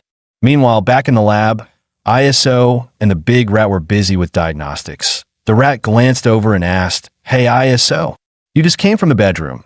Has that little Calamity girl woken up yet? She's been out cold for 3 days since she blasted Lucille with that Emberfall angel left hand. Not long after, ISO noticed Final Calamity was awake, quietly sitting on the couch. She stared at him with a blank, adorable expression, her head tilted slightly as ISO circled around her, deep in thought. After exactly 2.5 minutes of pacing, ISO suddenly snapped his fingers and shouted, I've got it. Big rat. The big rat flinched. Dude, keep it down. I'm watching the post-match interview for Miss Golden City. ISO ignored him and turned to Final Calamity, eyes gleaming. Your experiment code name is still Final Calamity, but your personal designation will be Core. He then turned dramatically to the big rat. Hey, aren't you even a little curious why I picked the name Core? The rat replied flatly, Wow, why Core? So curious. Please tell me. Nope, ISO said smugly. Not telling. The rat grumbled. So she's officially the second extreme risk specimen now, after the record seer? ISO nodded. Exactly. Final Calamity Core. Extreme risk specimen number 1. She's got a major upside, calm temperament. But her downside's just as clear. Her power's unstable, and she completely lacks offensive instinct. We'll need to run a full diagnostic and figure out what triggered her use of the Emberfall Angel's left hand. ISO continued his analysis. The first time she used the Emberfall Angel's left-hand ability was inside the high-risk containment observation zone. I reviewed the surveillance footage from that night. Looks like she simply didn't want to sleep alone in there. The big rat cut in. Translation: she wanted to sleep next to you. ISO rolled his eyes. Shut it. Her second time using the power was 3 days ago, during the fight with Lucille. I think she saw me bowing my head and spraying disinfectant like crazy, and assumed Lucille had hurt me, triggering a surge of protective aggression. That moment, Her boiling cocoon of despair, fetal blood completely purged the dark plague virus. Then she launched her finishing move, the superheated pressure death cannon. The big rat blinked. Wait, superheated pressure death cannon? What kind of absurd anime move is that? ISO grinned proudly. It's the name I gave to her Emberfall left arm finisher. Sounds cool, right? The rat scoffed. Sounds ridiculous. But the temperature difference between the two uses is huge. The second time, the release hit near solar flare level heat. Even the heat-resistant dark plague virus got completely vaporized in an instant. The big rat rubbed his chin thoughtfully. You know, if Lucille's fail-safe collar hadn't activated its cryoalchemical matrix right then, absorbing some of that heat, she'd be toast. Literally. Poor Lucille got knocked into a coma by the little calamity girl. While ISO and the rat continued their discussion, a sudden gurgle echoed through the room. ISO blinked and turned around. Final Calamity sat there, eyes wide and innocent. Master, I'm hungry. The big rat raised an eyebrow. Wait, don't tell me you've never fed her since you created her. ISO scratched his head. I never thought something like Final Calamity would need to replenish energy through something as primitive as eating. No matter. I'll get her the most nutrient-packed, energy-dense food possible. A few minutes later, the big rat stared at the plate and scoffed. This is what you're giving her? ISO, full of pride, beamed. That's right. Absolute peak performance cuisine. ISO brought Final Calamity to the containment chamber of the infamous high-risk specimen number 8, Zevadrake the Wrath Scale. The big rat immediately lost it. Are you insane? ISO snapped back. No, you're insane. Your whole rat family's insane. Their yelling echoed through the chamber, waking up the sleeping dragon. Damn you, ISO, and that loudmouth big sis rat. Zevadrake suddenly paused mid-sentence and corrected himself. Ahem. I mean, my most noble creator, the esteemed alchemist, Baron ISO. Have you come to release me from my repentance suit? ISO nodded. Indeed. And more than that, you're about to earn a golden opportunity to redeem yourself. Zevadrake's eyes lit up. Really? What kind of opportunity? ISO's voice turned cold. You get to be Final Calamity's lunch. Zevadrake froze. Literally. Statuesque panic. The big rat panicked. Whoa, whoa, whoa. He's our only true dragon specimen. Feeding him to Calamity feels like a massive waste. ISO replied matter-of-factly, which is exactly why it's optimal. Devouring a true dragon is the most efficient energy source she can absorb, and it might even trigger her second stage evolution into a final form. He pointed forward dramatically. Go, Final Calamity Core, consume high-risk specimen number 8, Zevadrake the Wrath Scale. Final Calamity climbed atop Zevadrake's head with innocent determination. The dragon wailed in terror, tears streaming. I swear I'll behave from now on. Please, Baron ISO, don't let the scary girl eat me. ISO scoffed. Too late for that. Core opened her mouth wide.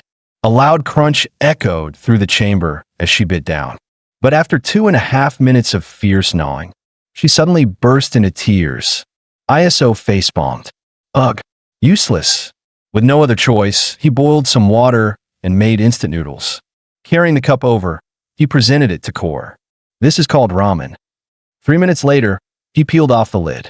A wave of fragrant steam rolled out, the sight and smell instantly mesmerizing Core.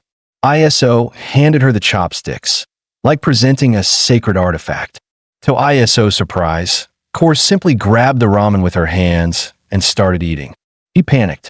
Hey, dumb girl, don't use your hands. It's hot. Use the chopsticks. The big rat blinked. Wait, does she not know how to use chopsticks? Or is she just that desperate? Despite the chaos, Core devoured the noodles with shocking speed. Her face lit up with joy, and tears began to stream down her cheeks. So good. ISO raised an eyebrow. Seriously? Crying over instant noodles? That's embarrassing. The big rat sighed. She probably never had real food before, huh? Reminds me of you back when you were just a half-wild sewer rat. First time you snuck into my room and found milk, you nearly burst your belly. couldn't even crawl away. Almost blasted you with a gun. The rat turned bright red. Shut it.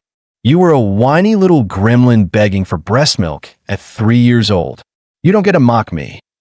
ISO barked back. Nonsense. I quit breast milk at 6 months. My mom forced it on me with a creepy laughing music box. How dare you slander the great Baron ISO? The rat fired back. Slander? You're the one dragging up old dirt. Stealing cheese is part of a rat's nature. It's not an insult, it's a lifestyle. While the two continued bickering, Core had already finished her entire bowl of ramen. ISO groaned. Seriously? You got it all over your face. Do you eat with your cheeks? But just as he wiped her mouth clean, her stomach let out another loud gurgle. ISO still hadn't realized how dire the situation was. Not until she devoured dozens of ramen cups and still looked unsatisfied. Her eyes sparkled with excitement as she leaned toward him, hands outstretched. More. More. ISO rubbed his forehead. Fine, give her one more. The big rat deadpan, that was the last one. Our entire ramen stockpile's gone. An hour later, ISO finally snapped. Don't come any closer. He clutched his prized chocolate wafer bar tightly. This is my last real choco wafer. Have mercy. You weren't even like this with ramen. What is it with you and chocolate? But Core simply stared at him, drooling slightly.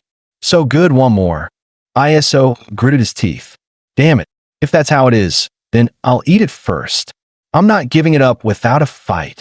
But to ISO's horror, just as he stuffed the chocolate wafer into his mouth, before he could even chew, Core tackled him to the ground.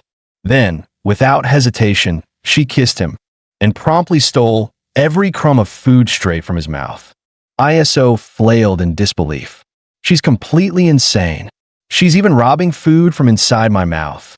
It wasn't until he was nearly out of breath that Core finally pulled back, licking the corner of her lips in satisfaction. The big rat's ears twitched. Wait a sec.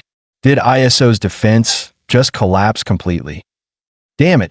She shouldn't be able to find this place. Even if she does, I'll die before I let her into my secret stash. Took me half my damn life to build that bunker.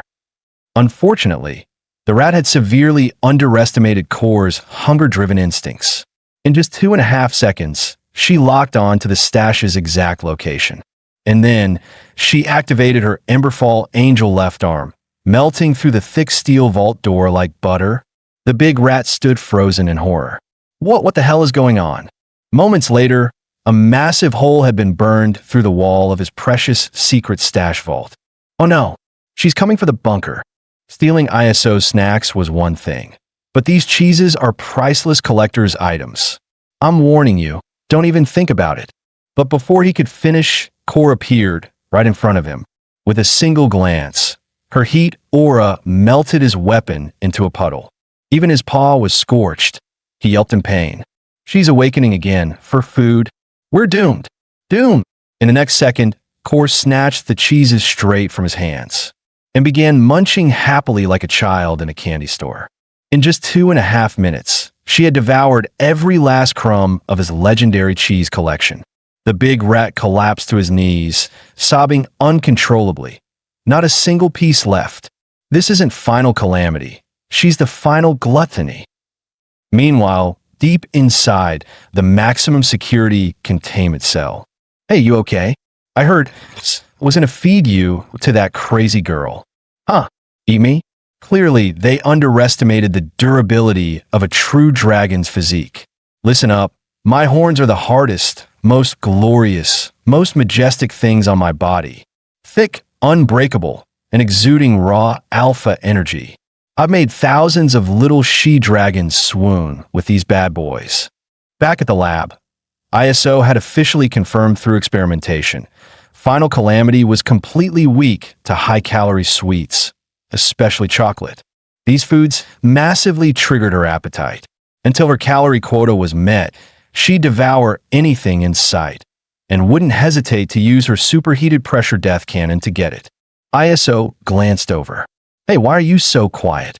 The big rat stood there, trembling with rage. 400 pieces. That was 400 blocks of Winfang Bowenhorn's signature artisanal whole milk cheese. 10 of them were autographed limited editions. Production dates range from new calendar year 872 to 1012. Nearly a century and a half of aged flavor, all gone. The big rat was losing his mind. That monstrosity of an experiment deserves torture. I'll slice her into 1,200 pieces with my Rat Crusher Deluxe. ISO patted his back. But she's a cute girl. Fine. I'll rinse her eyes with alchemical royal acid mixed with King Slime's digestive fluid. ISO replied calmly, still a cute girl. What if I use Bonero mosquitoes to clean out her brain? ISO sighed, yup, still a cute girl. Ugh, fine. I get it. Just smack her a few times or something. ISO smirked and shook his head. Some things never change. You're hopeless when it comes to cute girls. But honestly, she does need to be punished for this. Otherwise, no one in the entire facility will feel safe around desserts again. Since Core's mental maturity was barely that of a toddler, ISO figured the most direct and effective disciplinary method would do, a classic spanking. After all, he himself had gotten plenty of those from his mom growing up. As ISO began the disciplinary spanks, Core's eyes welled up with tears as she whimpered softly. Then the whimpering turned into full-on wailing sobs. Yep, she definitely felt that. Odds are, she wouldn't be repeating this behavior anytime soon. The big rat cut in coldly. Well, punishment aside, we've got a bigger issue. We're completely out of food. Except for lab feed. We need to go out for emergency shopping. Now, ISO, still holding a red-bottomed, sniffling Core, heard his own stomach grumble. Great. I haven't had dinner either. The more he thought about it, the angrier he got. He gave Core another light smack. This is your fault, glutton. The rat rubbed his chin. So what do we do with her while we're out shopping? Leave her in the base. Are you insane? ISO snapped. She'll tear the entire place apart the moment we leave. Looks like we got no choice. We're bringing the Chaos Gremlin with us.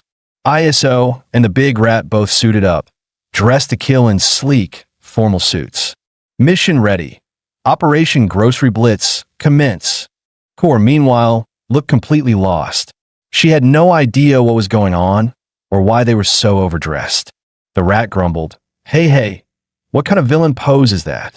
Where's the drama? ISO added firmly. Even if we're just shopping, we're doing it with style. All right, activating alchemical teleportation matrix.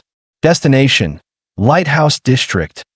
ISO pressed a button, and the arcane device began to hum, glowing with an eerie blue light.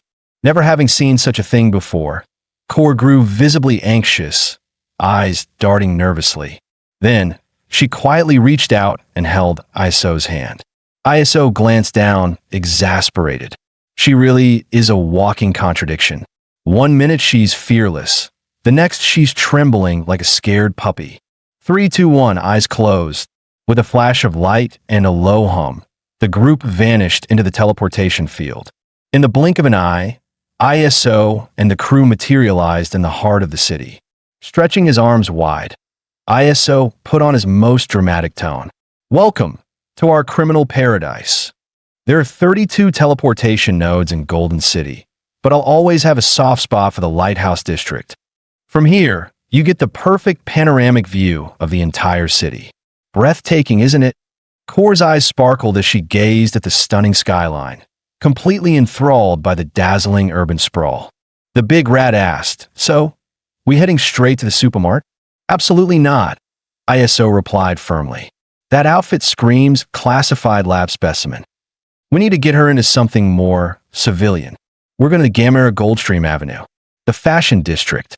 There'll be something perfect for Core there. The rat groaned. Seriously? That's like the luxury capital of the city. No need to blow money on fancy threads. And didn't we burn through most of our heist cash already? ISO smirked. Exactly. While we shop, we'll also be scouting our next glamorous crime scene. You can't infiltrate high society in rags, you know. ISO extended his hand to Core with a smirk. Take my hand. We're heading out. Without hesitation, Core placed her hand in his. What followed was a cinematic moment. ISO lifted her into his arms and leapt from the high ledge, descending in style. But the fall was faster than expected, and Core began to panic, clinging to ISO tighter and tighter. Just then, ISO activated the anti-gravity alchemical matrix. With a soft pulse of light, their plummeting slowed to a gentle glide. Core, eyes shut tightly, held on like her life depended on it. When she finally peaked again, they were suspended in midair. ISO, still carrying her effortlessly. They hovered above a glistening river, the city lights below reflecting like stars on the water surface. Next stop, Gamera Goldstream Avenue. ISO declared. The rat added eagerly. Dibs on the first hot dog stand. Just 2.5 minutes later, they arrived at the dazzling Gamera Goldstream Avenue. In the center of the plaza stood the towering statue of Gamera, bathed in golden light, majestic and proud. Core's eyes sparkled as she took in the sight. She had never seen anything like it and was visibly thrilled. Meanwhile, ISO was quietly cursing under his breath. Seriously? That rat's still not back from buying a hot dog?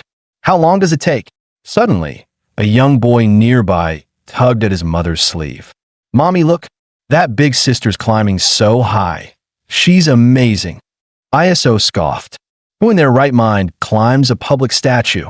This is a 5-star security zone under direct patrol. Not to mention, it's peak hero watch hours. Then he froze. Wait, big sister? Oh crap, that idiot Core. Where the hell did she go? He looked up, and sure enough, Core was already at the top of the Gamera statue, happily scaling the massive monument. You moron, get down here right now. ISO shouted in panic.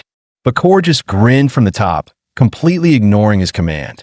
Instead, she waved proudly, showing off like a kid who just won a trophy. Meanwhile, on the other side of the plaza, the rat was grumbling while inspecting his hot dog. I specifically asked for black garlic and mustard. Why the hell would they put ketchup? Don't they know I hate anything sour? He glanced at the time. Ugh, I've been gone a bit too long. ISO's definitely gonna whine about it. But before he could take another bite, a wave of crowd noise caught his attention. He looked up, and his jaw dropped. What the hell is going on up there? I was gone for 5 minutes, and this is what happens. Are they allergic to peace and quiet?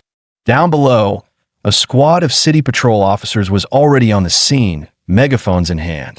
Attention, the Gamera statue is a protected landmark. Climbing is strictly prohibited. Ma'am, if you don't come down immediately, we'll be forced to intervene. Perched high on the statue, Core suddenly panicked. She had no idea how serious the situation was, or how to get down. The rat's expression grew grave.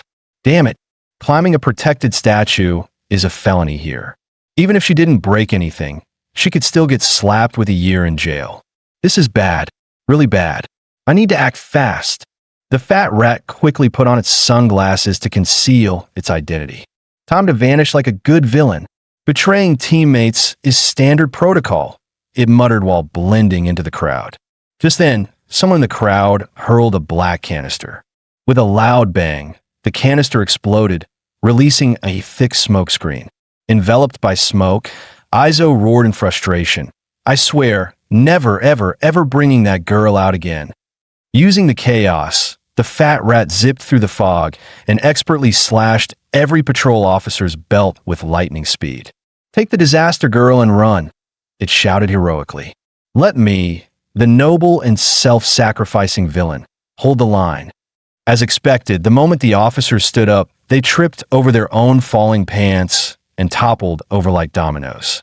Soon, ISO and his crew arrived at the prestigious luxury boutique, Golden Heritage. Gasping for breath, ISO muttered, I swear, one day that disaster girl is going to be the end of me. At that moment, a blonde store manager barked, Hey, keep your grubby hands off our display window. Another employee chimed in. This is a liquid silver crystal window. Just your sweat could stain it. Can you even afford the cleaning fee? ISO turned to the rat with a smirk. Hey, Cheese, he says it gets dirty easily. What do you think we should do? Without hesitation, the fat rat ran its enormous tongue all over the pristine glass. The blonde man snapped. Are you deaf, you broke nobodies? Did you seriously just lick our display? But before he could finish, the rat nonchalantly slapped a 1,000 yen bill onto the glass. The store manager stood frozen, stunned by the sight. In no time, the entire crystal window was covered in crisp, high-denomination bills. Aizo smirked and teased. Oops, looks like we smudged your fancy crystal display. But hey, it's got your precious baby bills stuck to it. What now? The blonde manager instantly bowed. Oh, it's nothing, really. A little saliva on the glass is totally fine. Please, honored guests, come right in. Aizo stepped forward with a commanding tone. Bring out your most expensive evening gowns. All of them. The manager carefully began peeling the bills off the window like sacred relics. Meanwhile, Aizo strolled into the boutique, flashing a smug grin at the flustered staff. Once the cash was collected, the manager rushed over. Young sir, may I ask, what style of attire are you looking for today? Trench coat? Suit? Formal wear? Aizo simply pointed over his shoulder. Not for me. For her. The manager quickly turned to the girl, bowing slightly. Esteemed lady, what kind of dress might you be interested in? Final Calamity just tilted her head, visibly confused, having no idea what the man was saying. Then she broke into a bright, clueless smile. The store manager froze in place. That face, it's flawless. I've never seen such perfect beauty in my life. He thought to himself, I didn't get a good look outside, and inside she was fiddling with mannequins like some lunatic. But now she's breathtaking. Such a stunning girl, wasted on that arrogant brat. Just then, Aizo snapped him out of it. Quit staring. Bring out your finest gowns. She's going to try on every last one. The assistants quickly brought over a selection of dresses. Miss, please follow us to the fitting room. Evening gowns can be tricky to wear alone. We'll assist you. But Final Calamity suddenly backed away in fear, eyes darting toward Aizo.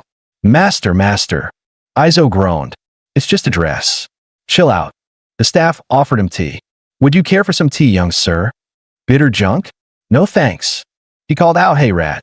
I saw you sneak a can of Black Bang soda before we left. Hand it over. Don't bother me, muttered the rat. I'm choosing the perfect hat for clubbing. 20 minutes later, Aizo sighed, arms crossed. What's taking so long? One of the assistants peeked out of the fitting room, looking awkward. Sir, the young lady won't let us undress her. Could you maybe come talk to her? Aizo walked over and saw Final Calamity huddled on the floor, trembling like a scared child. Come on, stop it. I'm right outside the door. Just change, okay? At the sound of his voice, she slowly looked up. During the entire changing process, she kept nervously calling out, Master, Master. Aizo, sitting outside the curtain, replied again and again, I'm here. I'm here. Master. Still here. Master. For the last time, I'm not going anywhere. Soon, she stepped out wearing her first dress, Crimson Knight. Aizo raised an eyebrow. Huh, she actually looks kind of elegant in that thing. The store clerk quickly stepped forward. Young master, how do you find this Crimson Knight dress? It's a limited edition designer piece, and your maid looks absolutely stunning in it. Aizo frowned. Maid, not girlfriend. Keep talking nonsense, and I'll make sure your tongue becomes an even number. It's passable, but not quite what I'm looking for. Don't you have anything better? Oh, young master, this is Golden Legacy after all. Even the elites from the Golden District shop here. If we can't satisfy you, no one on the entire Gamera Gilded Avenue can. Besides, this is just a warm-up. The real treasures are still coming. Soon after, Final Calamity emerged in another dress. While the design was bold and eye-catching, it lacked the elegance Aizo wanted. Too flashy. Next, then came the golden gown, the Golden Empress. Aizo felt his cheeks flush as he instinctively averted his gaze. Young master, this is our store's crown jewel, the Golden Empress.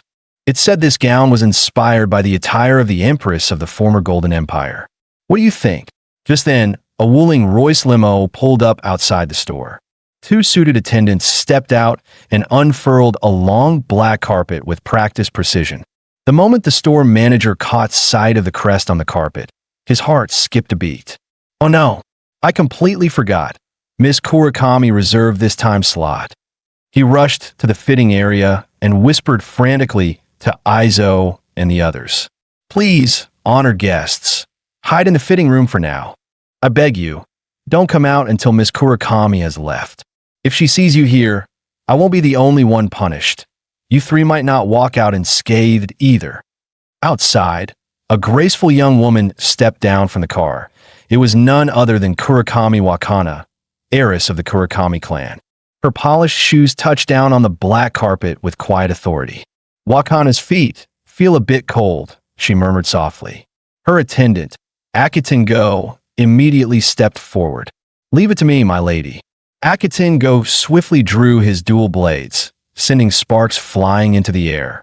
Amidst the fiery display, he calmly warned, Careful, my lady. The store manager bowed deeply. Good evening, Lady Kurakami. Wakana's voice was cool and commanding. I heard your store carries Lilith the Demon Scissors annual limited edition, Dark Gothic Lolita. Show it to me. The manager smiled obsequiously. Of course. We've turned away every other client. We've been saving this gown just for your personal fitting, my lady. Meanwhile, Aizo and his companions were huddled in the fitting room, silently observing the scene. Cheese Rat whispered, Kurakami Wakana. You don't think it's that Kurakami, do you? Aizo nodded with certainty. One of the world nobles. No doubt about it. Koru responded with a string of cheerful ahs, as if agreeing. Cheese Rat scratched his head. But don't world nobles live exclusively in Golden District? That's supposed to be their playground, right? What's she doing here? Aizo chuckled. Even paradise gets dull. Without the contrast of commoners, how can nobles flaunt their superiority? Soon, the blonde store manager guided Lady Kurakami to the limited edition gown. Right this way, Lady Kurakami. But just as she approached, she abruptly stopped walking. The black gold carpet had come to an end. Her two attendants froze in terror, their faces pale as paper. Akiton Go roared. You knew the lady was entering a commoner district and still failed to prepare enough black gold carpet? Have you forgotten she refuses to wear shoes? What now? Do you want her to walk barefoot across this filth? The servants dropped to their knees, trembling. Lord Akiton, it was our failure. We accept any punishment. Akiton's eyes were icy. As servants of the Kurakami family, you know what must be done. They bowed deeply. Yes, we understand. Without hesitation, they drew short daggers, preparing for a ritual seppuku. But just as the blades began to plunge, they suddenly shattered into glittering fragments. It was Shinku Wakana's monk-like guardian who intervened. The Buddha teaches mercy. Cast away the blade and walk the path. The servants were moved to tears. Thank you, Master Shinku. Their gratitude was short-lived. Shinku's Vajra staff came crashing down, knocking them both to the ground. Wakana stood still, composed and unbothered, as if the chaos around her was merely background noise. With practiced grace, her guardians supported her by the arms, and Lady Kurakami strode forward, her feet stepping cleanly over the backs of her fallen servants. The rat fumed. What the hell? Are all world nobles this damn arrogant? Just then, Isalt spoke up. This is a golden opportunity. The rat blinked. What opportunity? To kidnap Lady Kurakami, obviously, Isalt said, dead serious. World nobles never leave the Golden District. This is a once-in-a-lifetime shot. The rat nearly had a heart attack. Are you out of your damn mind? Robbing banks, taunting patrol squads, even messing with city heroes, that's one thing. But kidnapping a world noble. Are you trying to get us erased from the map? Isalt shrugged. All of that was child's play. If we want to make Percy Lard a name feared across the world, we need a headline that matters. The rat, now trembling, grabbed Isalt by the collar. Do you have any idea what you're dealing with? Each of the world nobles has centuries, no, millennia, of history behind them. They helped build Golden City. To us, this place is a playground for crime. But to them, it's just one big toy box. And guess what? We're the toys. So what you're saying is the number 2 villain in Golden City, Dr. Madrat, is too scared to mess with the world nobles? Cut the reverse psychology, Brat the rat snapped. I am scared. And even if I wasn't, I'd at least make sure we're properly prepared. Meanwhile, Lady Kurakami had reached the display stand. Allow me, my lady, to present the annual masterpiece by Magi Taylor Lilith herself. But the moment the yellow-haired manager pulled off the cloth, everyone was stunned. It wasn't an elegant gown. It was a shredded pile of fabric, torn, tattered, barely wearable. The manager's face went pale.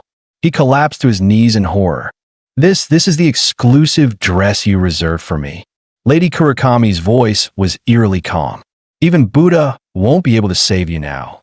Isalt slowly turned his head and stared at the rat. This was your doing, wasn't it? Mad Rat gave a sheepish grin. Yeah, I got bored while the disaster chick was changing. Thought I'd spice things up a little for that snobba manager. At that moment, Disaster Girl, who had been standing off to the side, let out an excited "yeah." She wanted to see the dress too, but in her excitement, she accidentally stepped on her own gown. With a thud, she toppled forward, crashing straight into Isalt and sending him stumbling out of the fitting room. The yellow-haired manager instantly pointed a shaky finger. It was him. He did it. Mad Rat face-bombed. We're screwed. We are so screwed. Red Tengu stepped forward, towering over them. Hey kid, was it you? The moment he was grabbed, Isalt already had a power nullifier grenade palmed and ready. He smirked, eyes defiant. Yeah, I did it. Mad Rat blinked in disbelief. Is this lunatic serious? Why'd he confess that easily? The yellow-haired manager wiped cold sweat from his brow. Sorry, kid. If you don't die today, it's me who's done for. Red Tengu gave a sinister smile. Mischievous brat, I hate the look in your eyes. Let me gouge them out. Just as he raised his blade, a calm voice cut through the tension. Red Tengu. Stop. It was Lady Wakana Kuragami. I like this modified dress. The entire room went dead silent. No one could believe what they just heard. Isalt blinked. Did this woman lose her mind? But, Lady Wakana, he destroyed your designer gown. At least let me slice off a finger. Her eyes turned icy. Do I need to repeat myself? And no, ma'am. Red Tengu stammered, stepping back. Before leaving, he shot Isalt a glare. Better behave, punk. Meanwhile, Isalt remained calm on the surface, but inside he was counting options. Dragon Spider Toxin Grenade for a quick finish, or Power Nullifier to savor their helplessness. No matter how things turned out, Isalt could already picture tomorrow's headlines. Heiress of the Kuragami family kidnapped by the infamous villain Baron Isalt. But then, Lady Wakana let out a soft chuckle. I know who you are, and I know what you're planning. From the moment I stepped into this store, you already started entertaining that dangerously stupid idea. Isalt froze. Wait, she noticed us the entire time? Wakana continued smoothly, as if reading from script. You're just an intern here at Golden Aristocracy, but you're clearly dissatisfied with your lowly status. After overhearing that I'd be visiting tonight, you secretly shredded that designer gown to catch my attention and staged this little accident to appear before me dramatically. It's all about latching onto the Kuragami family, isn't it? Am I wrong? Isalt rolled his eyes inwardly. Wow, this narcissist just out-narcissisted me. Judging from your silence, I nailed it, didn't I? Wakana smirked. Still, you were willing to risk death to earn my gaze. That takes guts. So I'll grant you a once-in-a-lifetime chance. Kneel and kiss my foot. Do that, and I'll consider taking you in as my servant. Red Tengu, watching this unfold, was fuming with envy. What? She let this brat kiss her feet. I haven't even been allowed to touch her slippers. Deep inside, Lady Wakana was practically glowing with smug delight. This is the first time I've ever allowed a man to kiss my foot. He's gonna drop to his knees crying. I just know it. But if he gets too into it, should I stomp his head or kick him across the room? Decisions. But Isalt just scowled. Who the hell wants to kiss your sweaty foot? Cheese Rat nearly fainted. Did he really just say that to Lady Kuragami? Isalt kept going. You're loaded, right? Ever heard of shoes? Walking around barefoot like that just spreads foot sweat everywhere. You could catch plantar fasciitis, you know. Cheezer was completely dumbfounded. He's not just provoking her. He's giving her a foot health lecture. Lady Wakana's hands started trembling with rage, her perfect smile twitching. But the next second, tears welled up in her eyes. My feet smell nice. I spray perfume on them every day, she cried, voice quivering with injustice.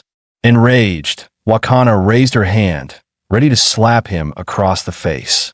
Meanwhile, Isalt smirked, eyes gleaming with strategy. Perfect. The second her hand swings down, I'll grab her arm, throw the powerless grenade, and boom, kidnap complete. But just as the slap was about to land, a flash of gold shot out from the dressing room. In an instant, the striking hand was caught midair. It was none other than Disaster Girl, now dressed in her evening gown. Cheese Rat gasped. What the heck? How did she even move that fast? I didn't see a thing. Akiton bellowed, unsheathing his blades. Take your filthy hands off Our Lady's arm now. Isalt sighed, rubbing his forehead. Great. This just got messy, eh? But Disaster Girl stood her ground, eyes unwavering, her grip on Wakana's arm as firm as ever. That's when Lady Wakana raised her voice. Stand down, Akiton. But milady, she just tried to attack you. Wakana shook her head calmly. She wasn't attacking me. She was protecting the boy behind her. Isalt narrowed his eyes. Has she figured out the connection between me and Cole? But the next moment, Lady Wakana dropped a bomb. You got your eyes on this boy too, huh? Planning to keep him as your personal pet. Akiton blushed furiously. Okay, keep him. Milady, what on earth have you been watching lately? If the family head hears this, we're doomed. The blonde store manager looked like he was about to faint. What is even happening right now? Seeing Disaster Girl silent, Wakana grew anxious. No denial? Is she that proud? Don't tell me. She already made her move on him? Disaster Girl simply stared at her blankly, her face full of innocent confusion. Wakana took a breath, her tone shifting. I don't know which noble house you belong to, but judging by that dress and your presence, there's no way you're just a commoner. But even so, Wakana said coolly, when the Black Rose of the Kurakami clan sets her eyes on something, she never lets it go. Name your price. I want that boy. Disaster Girl tilted her head again, still clueless about what any of this meant. Isalt scoffed. No, it's your family that should start naming prices. Excuse me. Wakana raised a brow. Isalt calmly pulled down his mask. Let me make it simple. Lady Wakana of House Kurakami. You are officially kidnapped by the greatest villain in Golden City, Baron Isalt of House Persilade. Milady, get back. Akiton roared. But Isalt had already tossed a suppression grenade. A burst of purple smoke engulfed the area. Wakana's elite guards stumbled, realizing too late that their powers had been completely neutralized. When the smoke cleared, Lady Wakana was gone. Do you even realize what you've done? The giant rat growled at Isalt. Our carefree days are officially on a countdown to doom. But Isalt remained unfazed. Relax. That wasn't just any suppression grenade. I used the Gen 3 upgraded version. It's laced with hippocampal neuron disruptors. Anyone who inhales, it will suffer major memory distortion. If his calculations were right, those two elite bodyguards should be completely scrambled by now.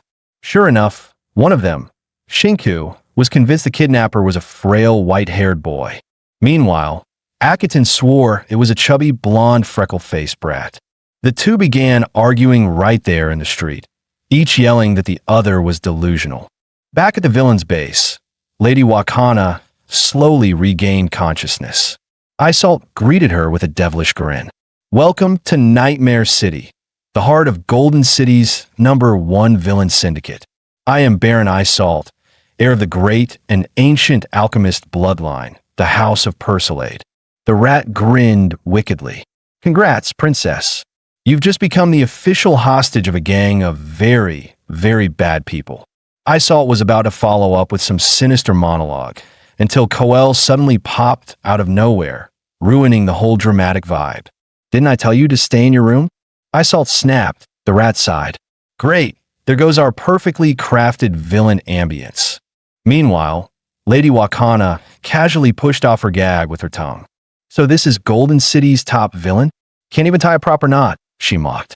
The rat leaned in, whispering, Isalt, I think our professionalism as evil villains just got annihilated. Isalt fired back, hey, you were in charge of the gag. Yeah, but you tied her hands and feet, didn't you? Isalt's eyes widened in horror. Wait, she undid the ropes too. Sure enough, Wakana was sitting there like a queen, completely unbound and perfectly calm. You just watch her untie herself? The rat cried out. She was already halfway done before I even noticed. I was mid-sentence. While Isalt and the rat were still arguing, Lady Wakana mysteriously vanished. What the? Where did she go? Isalt shouted, eyes darting around. Moments later, they spotted her casually sipping coffee in the corner, nibbling on his snacks, and even brewing a fresh cup like she owned the place. When the hell did she get over there? Isalt stormed over and pressed a weapon to her forehead. You're a hostage, not a guest. Keep pushing your luck, and I'll show you what true alchemical pain feels like. But Wakana didn't flinch. She just calmly took another sip. Alchemy, huh? Think it's scarier than the punishments in my family. Isalt narrowed his eyes. Such as? Wakana answered coolly. For example, iron stack burial. We tie the criminal spread eagle in a deep pit and slowly layer thin metal plates over their body. One by one. At first, it doesn't feel like much, Wakana explained. But as the iron plates stack up, your bones, organs, everything gets slowly crushed under the weight. Then there's the molten crown. You heat an iron helmet until it's nearly liquid and slap it on a shaved head. But my personal favorite is the 12-nest parasite. We drill 12 tiny holes into the body and breed centipedes inside. You get to watch them lay eggs in you. The rat gulped. Say, hypothetically, if we sent you back right now and claimed it was all a big misunderstanding, would your family maybe not use any of those? Isalt snapped. Are we a lost child hotline now? Use your brain for once. The rat muttered. It was just a hypothetical. Wakana smiled sweetly. Don't worry. I won't use those punishments on you. Because those are the mild ones. Reserved for accidental hand brushes. What you did calls for something much, much worse. Something that'll make you curse the day you were born. The rat was frozen in place, practically turning to stone. But Wakana just smiled. Relax. I won't let my family unleash their private torture on you. In fact, I'm not even mad about the kidnapping. I'll even fund you. All I ask is one thing. What thing? The rat blurted out. Let me join you. I want to be part of your crew. Isalt and the rat both stared in disbelief. You? Join us? Are you serious? Wakana beamed. Dead serious. I'm bored out of my mind. But if I'm with you guys, I get to cause chaos, commit crimes, and have fun for once. And if you two manage to invent something that took down both Akiton and Shinku, that means you're the real deal. I'll be your secret sponsor. Just say the word. When Wakana flashed the card in her hand, the rat's jaw dropped to the floor. It was a black tier card from G-Bank, the highest level credit card in the entire city of Godden. How could a teen girl even own something like that?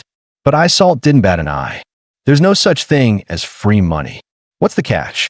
Wakana smiled slyly. Smart boy. The condition is simple. You do what I say. Isalt swatted her hand away. In your dreams.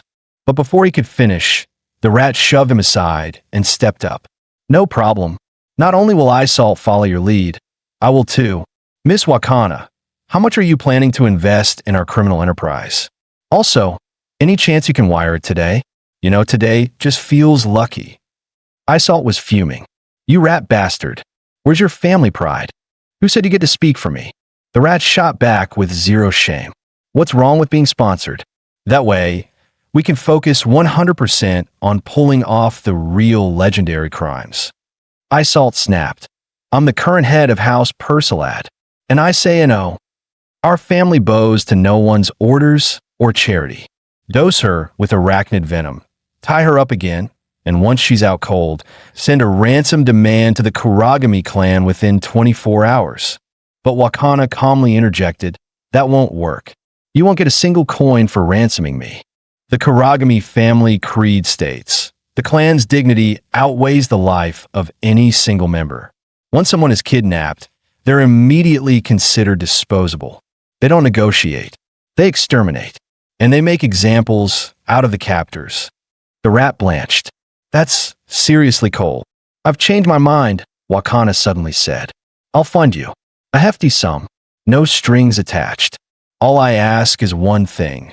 Kill the current head of the Kuragami family, Kuragami Inju. Isolt's eyes widened. Kuragami Inju? Isn't he your?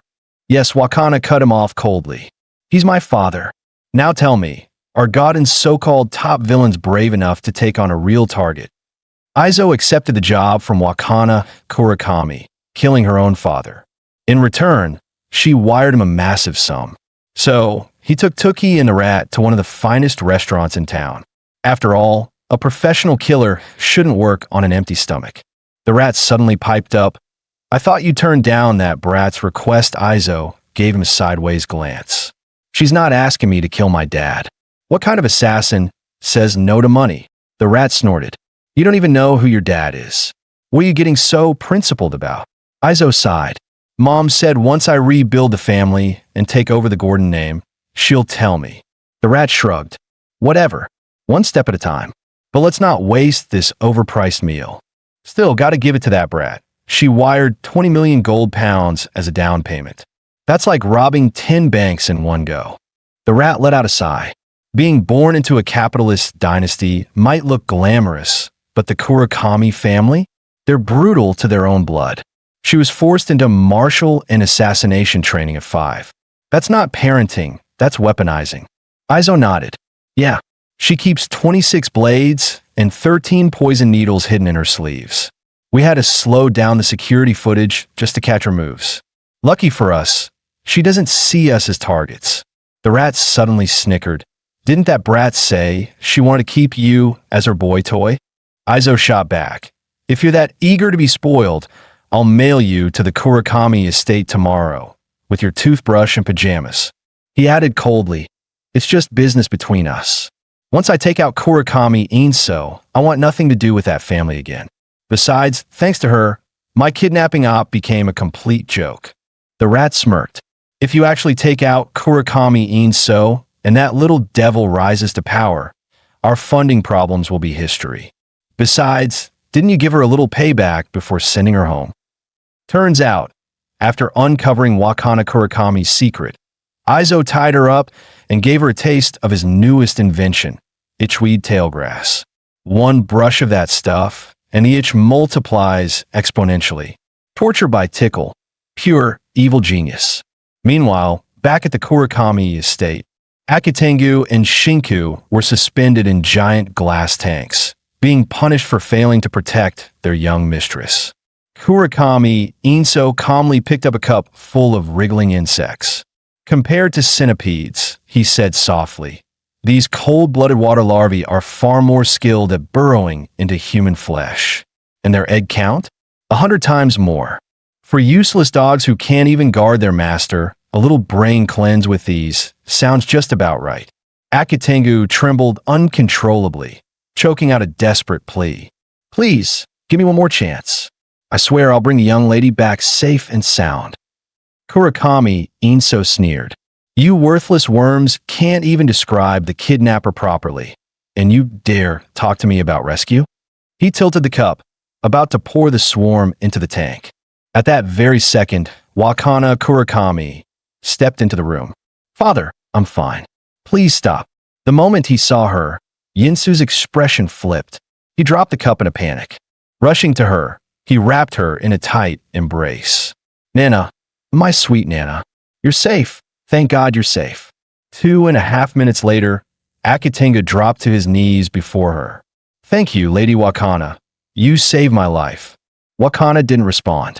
Instead, she casually pulled a bag of potato chips from inside her jacket. She tore it open and handed it to Akitengu. These are delicious. Try one. Akitengu blinked in confusion. This commoner junk food? In the Kurakami estate. Wakana shot her a glare. I said eat it. Who told you to start a debate? Startled, Akitengu shoved one in her mouth, and immediately the crispy, savory burst hit her tongue. Her eyes widened. What divine flavor is this? She clutched the bag and started devouring it like a starved beast. But, Lady Wakana, How did you escape the kidnappers? She asked between crunches. Wakana gave a sly smile. That's a secret backslash. Back in her room, she flopped face down onto the bed, blushing furiously. Stupid Izo, always picking on me. Meanwhile, the store owner stormed into the police station to file a report. The theft of 3 designer outfits had cost him $800,000. But when the officer asked him to describe the suspects, the sketches looked nothing like the 2 Kurakami house servants. No matter how passionately he gestured, the officer refused to believe him. Just then, the door swung open. A pink-haired girl strolled in, smirking. Heard someone lost 800 grand overnight. That poor sucker wouldn't be you, would it? The officer stood up, ready to toss her out. But she pulled out a leather badge and shoved it right in his face. Turns out, the pink-haired girl was none other than the newly appointed chief of the Lighthouse District. The moment she introduced herself, the officer stared in disbelief. You're kidding, right? She casually propped one leg on the desk. This kind of power pose? No one else in this building's got the guts to pull it off. The officer's face turned red. Are you freaking messing with me? But the pink-haired girl didn't care one bit. Gotta give subordinates a little sugar, or they'll stop listening, you know? You get one touch. Just one. Then you do everything your chief says, capiche? As she spoke, she playfully pulled open her shirt, revealing smooth, porcelain skin. The officer stormed out, slamming the door behind him, muttering, "Where the hell did this psycho sugar bomb come from?" At that moment, the Minotaur-headed squad captain walked by. "Mark, the new chief's in interrogation room 1. You gonna give her the VIP treatment?" Mark looked dazed. "Boss, you seriously telling me that little punk is our new chief? You're messing with me, right?" Before the captain could reply, a crowd of officers swarmed over. "Mark, the new chief is hot. Man, working at Lighthouse District just became a dream job." Suddenly, the Minotaur captain barked, "Enough! Shut it! Don't underestimate her." HQ spent an entire year screening before they chose her. The Minotaur captain lowered his voice. "I check her records. Nothing. No official background. Most likely a special appointment from someone high up." Before he could finish, the pink-haired girl popped up behind him. "Oh, backslash someone high up? Now who might that be?" Everyone froze. In a split second, the officers stood in perfect formation. "Awaiting your orders, chief." She giggled, waving her hand. Relax, backslash. I'm not one of those stiff old men in suits. My leadership style? Simple. 3 words, fun, fire, and freestyle." Curly-haired rookie whispered, "Chief, that's actually 4 words." Instead of getting mad, she threw an arm around his shoulder. He turned bright red, half expecting a kiss. But instead, she slapped a cartoon frog sticker on his cheek. "Here, your reward sticker." After all that chaos, the pink-haired chief finally made her grand announcement. Effective immediately, the White Queen bank heist, the Kurakami kidnapping, and the Golden House gown theft will all be handled as a single case. And whoever brings me a solid lead gets to go on a date with yours truly, backslash. Instantly, the station exploded into chaos. Officers sprinted toward the archives like their lives depended on it. Curly-haired officer blinked. "Boss, didn't you say you hated petite women? Why were you sprinting like a teenager on caffeine?"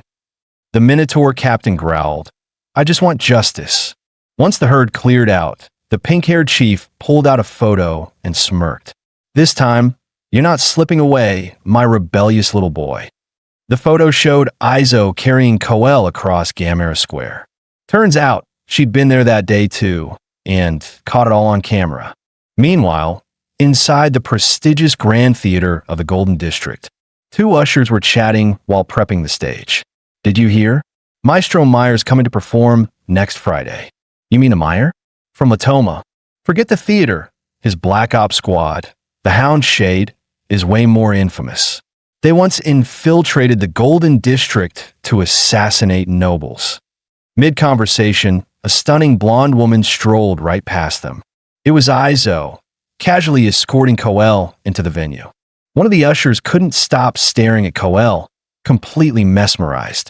That's when the rat strutted up and hissed, "Hey kid, keep staring at our lady, and I'll rip your eyeballs out." The usher jumped back and bowed repeatedly, totally forgetting to check their tickets. Later, when his coworker brought it up, he shot back. Did you see that aura? She's clearly high society royalty. We don't mess with that. After slipping into the theater, Coel instantly switched back to her blank, airhead persona. She bent down slightly, looking up at Izo. Master, did I do good? Praise me. Then, out of nowhere, she lunged in and tried to lick his cheek. The rat scowled. Next mission, you're the one running errands. I'm sick of being the sidekick. Izo ignored him. Focus. We're here to map out the theater's structure. Next Friday, Kurakami Yinsu's attending a performance. He'll be seated in the main hall. Soon, they reached the designated location. This is it. Ground Zero. That's when Coel noticed a nearby poster and froze. It was a promotional banner for the legendary playwright Meyer, her biological father. The same man who stood by while the Hound Shade took her away.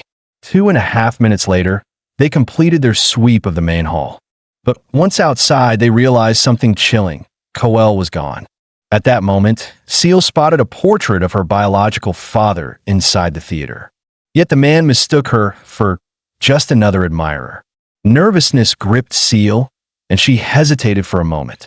Still, she decided to reveal herself. But just as she was about to step forward, a little girl rushed ahead of her, throwing her arms around the man and shouting, "Daddy!" A woman followed, chiding gently. "All right, Mallow, there are people watching. Don't cling to your father like that." The girl pouted playfully. "So what? My dad is the world-famous playwright, Meyer." The man chuckled, adding, "It's fine. Let her be. Besides, this young lady is one of my fans." But when he turned to look again, the girl from before had vanished. Meanwhile, rain began to pour outside, and Seal hurried out of the theater. The usher quickly called after her. "Miss, you don't have an umbrella. One take mine." But she ignored him and kept walking. She wandered for some time until she reached a chaotic district. There, scantily clad women were soliciting clients. Drug dealers and addicts were trading openly in the alleys. And in the shadows, spies were secretly exchanging missions. Just then, Seal accidentally bumped into an old man. The old man snapped angrily. "Can't you watch where you're going?" An old man's shoulders aren't built to take hits like that. Seal stayed silent and kept walking. The scene quickly drew the attention of others. A streetwalker sneered, "Sweetheart, that high-class look doesn't fit in Darkstar Alley." It wasn't until Seal realized she had walked straight into a dead end. She collapsed down, clutching her head. Her voice trembled with pain. "Who am I? Who am I really?" At that moment, a woman appeared, mocking her. "Poor little sparrow. Lost your way home?" The woman eyed her up and down, smirking. "With a face like yours, you'd be perfect for us. Join the 1,000 birds." She reached out toward Seal's clothes, adding coldly, "But in the 1,000 birds, personal belongings are forbidden." That outfit, hand it over. The moment her fingers brushed the fabric, Seal blocked her hand. The woman's face darkened, her tone sharp. "Hey, before I get angry, you'd better move your hand." But Seal answered firmly, "This was given by my master. I can't take it off." The woman let out a laugh, her eyes mocking. "Blondie, you must be confused." Before Seal could react, the woman's palm cracked across her face in a vicious slap. The woman barked sharply. "I asked you, are you taking it off or not?" Seal held firm. "I can't." The woman's lips curled into a mocking smile. Silver feathers shimmered at her fingertips as she hissed, "If you won't take it off yourself, then I'll do it for you." With that, the feathers shot forward.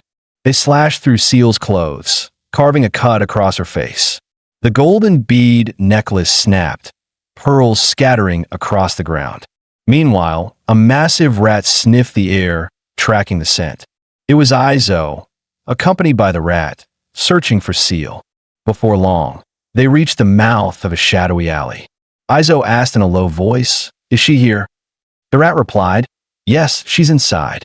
Izo pressed urgently. "Then what are we waiting for? Let's move." But the rat blocked him with a paw. "Hold it. That's Darkstar Alley.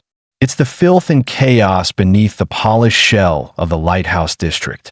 You could get lost anywhere else in the district and find your way back, but here, if you vanish in Darkstar Alley, You're gone for good. Izo scoffed. Just a nest of street punks. You think I'd be afraid of a bunch of bottom feeders?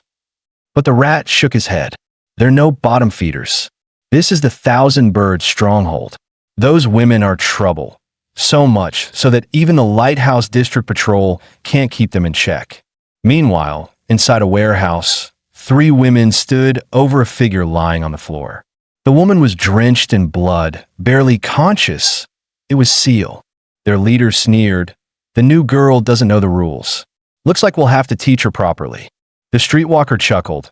She looks like some lovesick little thing. The drug dealer scoffed. Why bother? Men are the most disgusting, worthless creatures in this world. They're only fit to be our dogs. She turned to the men behind her and demanded, Am I right? The men chorused obediently. Yes, we're all trash. Then the leader ordered, Crow, just to be safe, use your soul-searching technique. See what's in her head. At her command, Crow stepped forward, pressing a hand against Seal's head. As the spell took hold, fragments of memory flickered into view. The first to appear were moments tied to Izo. Glutton, let's see if you dare do that again. Seriously, do you eat with your face? Then came a memory of her father, Dad. The scene shifted back to the day she was abducted as a child. Dad, Dad, save me, she cried. She was locked inside a small cage. Then the man who had taken her appeared before her. He tossed a piece of food into the cage. The moment it hit the ground, 2 children lunged at it, fighting to claim it. Suddenly, a little girl shoved her to the ground. Then she lunged forward to snatch the food. The first child who reached it barely grabbed the piece, before another slammed an elbow into his head. Just as that child stuffed the food into his mouth, a rock came flying and cracked against his skull. In the end, the black-haired girl claimed the food. She warned coldly, I don't like hitting girls, so you'd better not fight me for it. After that, the man's harsh voice echoed, A dog that can't fight for food won't survive here. You are all hellhounds, and your only purpose is to carry out your master's orders. Without a command, you're not allowed to fall. As long as you can breathe, you must rise and drag your enemies down into hell. The moment Crow saw this, she froze. Wait, this woman's identity, could it be? At the same time, Izo clamped a container onto a man's head and demanded coldly, Speak. Have you seen a girl in a golden dress? Inside the container buzzed an enormous green mosquito. Izo sneered. Friendly reminder, I've lost one of my key experimental assets, and I'm in a very foul mood. If you dare lie to me, you'll end up just like your partner. Sweat beaded on the rat's fur as he thought. Izo always said the bioneural bug was disgusting, and he never once used it. Looks like he's truly furious this time. Terrified, the man stammered. Why yes, I saw her. Our boss, Silver Phoenix, took her to a warehouse, said she needed to be taught a lesson. Izo's gaze turned icy. Move. You're leading the way. Before long, they entered the warehouse, only to be stunned by the sight before them. The floor was littered with corpses. Izo knelt to examine one, noting the fatal wounds were all slit throats. The rat confirmed, Yeah, same here. All killed by throat cuts. Izo frowned, his mind racing. No, if Seal had lost control, she would have used the heat pressure steam cannon. So why are all these wounds from blades? Just then, a woman staggered out, clutching her bleeding neck, whispering weakly, Help me. Izo rushed over. Rat, we've still got one alive here. The woman's body was bare. The rat gasped, That tattoo. Isn't she the Thousand Birds leader, Silver Phoenix? But why is she stripped naked? Izo snapped, Cut the crap. Heal her and get answers. Any later, and she'll be dead for good. A vial of healing serum was injected into the woman's body. 3 minutes later, the gash on her neck had already closed. Even then, terror lingered in her eyes as she muttered, I couldn't see her blade. Izo pressed, All right then, you're alive now. So spit it out. Was it a clueless-looking woman in a golden dress who killed all these people? Silver Phoenix clutched her head, trembling uncontrollably. I don't know. I really don't know. 1 hour earlier, Crow's hand was suddenly seized by Seal. With a brutal twist, Seal snapped it clean. Crow screamed in agony. But what shocked everyone even more was Seal's hair turned a vivid shade of purple in an instant, and the vacant, dazed look on her face disappeared completely. Seeing her subordinate captured, the gang leader fired 3 razor feathers. Yet Seal casually caught them with her bare hands. Silver Phoenix gasped. She caught my Phoenix feather blades with her hands? The drug dealer barked a threat. This is Thousand Birds turf. Release Crow, or you'll never make out alive. Despite the pain, Crow forced out a warning. Don't touch her.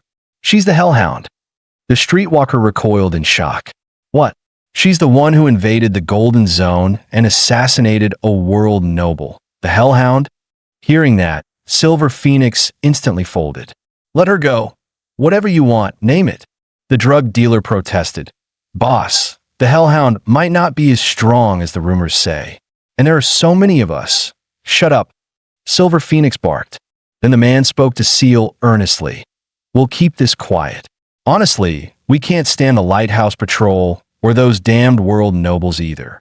Seal replied coolly. Take your clothes off. Silver Phoenix went bright red. Hey, why would you? She stammered. A moment later, the drug dealer slapped her forehead and snapped. Boss, are you serious? She told you to strip and you actually did it? Thousand Birds has never been this embarrassingly pathetic since we formed. Crow barked urgently. Shut up. If our boss hadn't backed down, we'd have been killed already. Silver Phoenix, humiliated and frantic, ordered, Enough squabbling. Go find her some clothes now. Crow still fretted, Boss, I don't trust this. Given the Hellhound style and her past, there's no way she'd spare us. At that moment, a cold male voice cut through. Right. With the Hellhound's methods, not a single one of you would live. Everyone spun to face the sound. Who's there? They demanded. A man wearing a mask stepped forward. The next second, the drug dealer's throat was sliced. She collapsed dead. With her last breath, she stared at the boss. Boss, run. The streetwalker was next, her throat cut, blood pooling as she died. Then Crow was killed as well. The masked man finally approached Silver Phoenix. He sneered down at her. Is this really the caliber of gang running Gordon City's underbelly? Killing you lot is easier than squashing a rat. After Silver Phoenix finished recounting the attack, the big rat stroked his chin and mused. So it wasn't Disaster Girl who did this. But still, if the Hellhound is that strong, why couldn't Disaster Girl beat that bullet gentleman and his old wall lamp? Izo frowned, puzzled. She switched back to purple hair? Impossible. How could that be? The Despair cocoon host experiments run thousands of times. This anomaly's never happened before. Silver Phoenix dropped to her knees before Izo, begging, Please, save Crow and the others. If you bring them back, I'll do anything. The Thousand Birds will be your servants forever. Izo didn't answer, but the rat's eyes lit up. Hey, you said it yourself. It leaned over the fallen members of Thousand Birds. Their pupils are fixed. Normal methods won't work. If you really want to save them, we'd have to use that technology. Izo yanked the rat back by the scruff. Quit wasting time chasing skirts. We need to find Seal and retrieve her. Otherwise, our most valuable experimental asset is gone for good. The rat shouted back, Wait. At least let me leave them some preservative serum. Izo scoffed. Preserve my ass. Weren't you the one who called saving people a bad habit? The rat puffed its chest. I'm a hypocrite. Deal with it. With that, it tossed out a small case. Silver Phoenix caught it. Inside were 3 vials of serum. Before she could ask, the rat barked. Inject them, 1 each. If their bodies rot, there's no chance left at all. Meanwhile, on a massive bridge stretching across the sea, Seal stood there in the rain. She felt her body shifting. First her left arm, then her right eye. Finally, her heart. She murmured, Was it that boy who saved me? Why is there a memory in my head that doesn't belong to me? Just then, a man appeared behind her. It's been a long time, Yorkshire, he said. Seal turned her head and answered, Doberman, you're here. Doberman ordered coldly, Report, Yorkshire.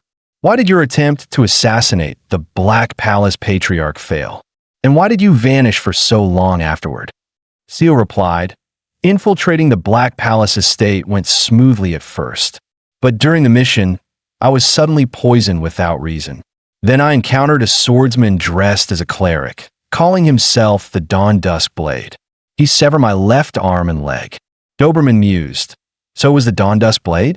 The Destiny Order's top swordsman, the living discipline, and a licensed city hero ranked number 5. It's no wonder you couldn't beat him. But here's what puzzles me. If your left arm and leg were severed, how are they whole again now? Seal replied, someone saved me. I don't know the details. I was unconscious the whole time. Doberman shrugged. Fine.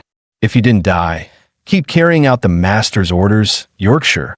Seal placed a hand on her chest and said, yes. Then an abrupt voice cut through. Now and forever, you will only ever have one master. The two turned to the sound and demanded, who's there? Izo stepped forward, announcing himself. That would be me, Izo Persilade. Doberman glanced at Seal. Who's this kid? You know him? Seal answered reluctantly. He's the one who saved me. Doberman narrowed his eyes. Even your vocal cords are healed? He's done a lot for you. Don't tell me you'll betray your master for him. Seal lowered her head and denied it. I won't. Doberman said coldly. Then go kill him. Once he's dead, we have far more important business to attend to. Seal closed her eyes and whispered, yes. Then she stepped toward Izo.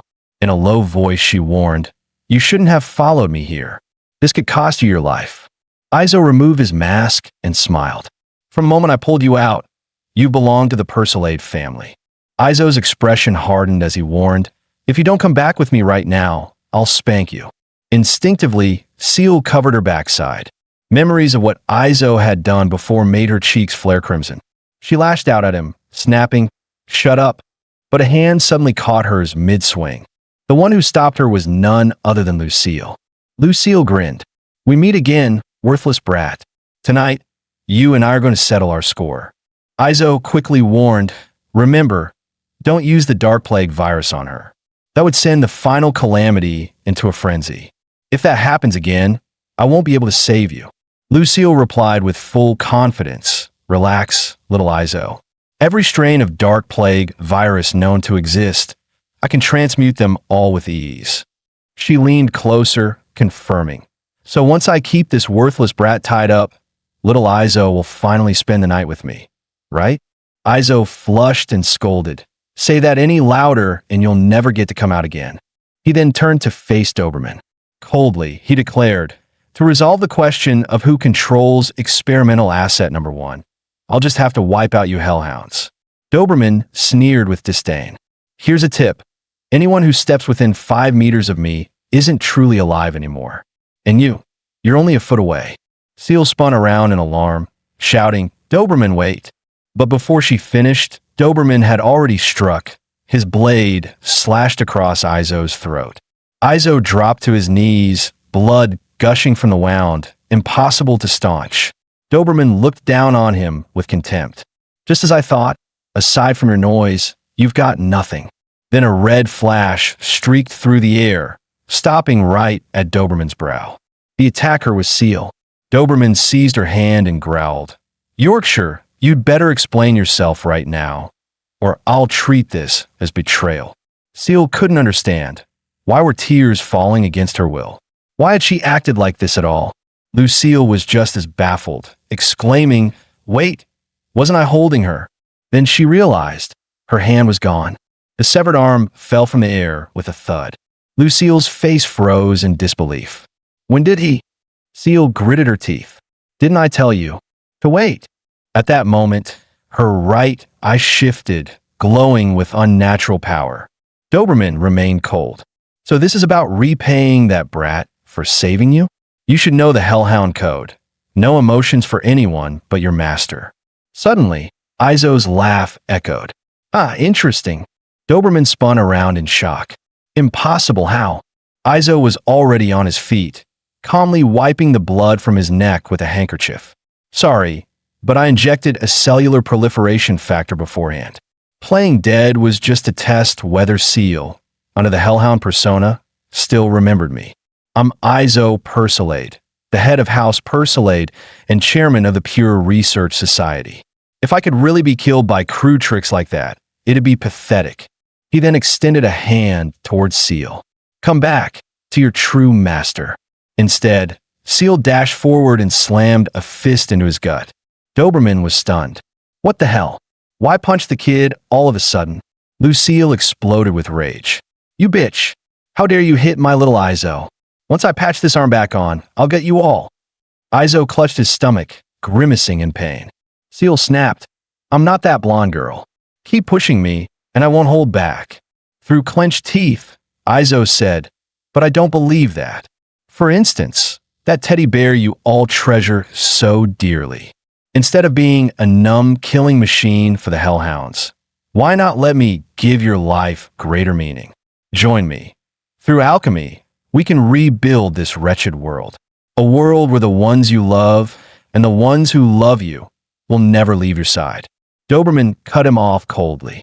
Too bad. Even if such a world existed, you wouldn't live to see it. At his words, a squad of fighters suddenly appeared. Doberman pointed and gave the order, kill them all. Instantly, the group charged straight at Izo and his allies. Izo chuckled. Seriously? Numbers game? That's so outdated. He pulled a pistol from his jacket pocket. Confidence radiated from his voice. At least now I've drawn out your real combat force. Time to end this in one sweep. With that, he fired a single shot into the sky. The bullet soared upward. Then it burst apart into glittering fragments. The next second, a monstrous dragon materialized on the bridge. For once, Doberman lost his composure, shouting, "What the hell is that?"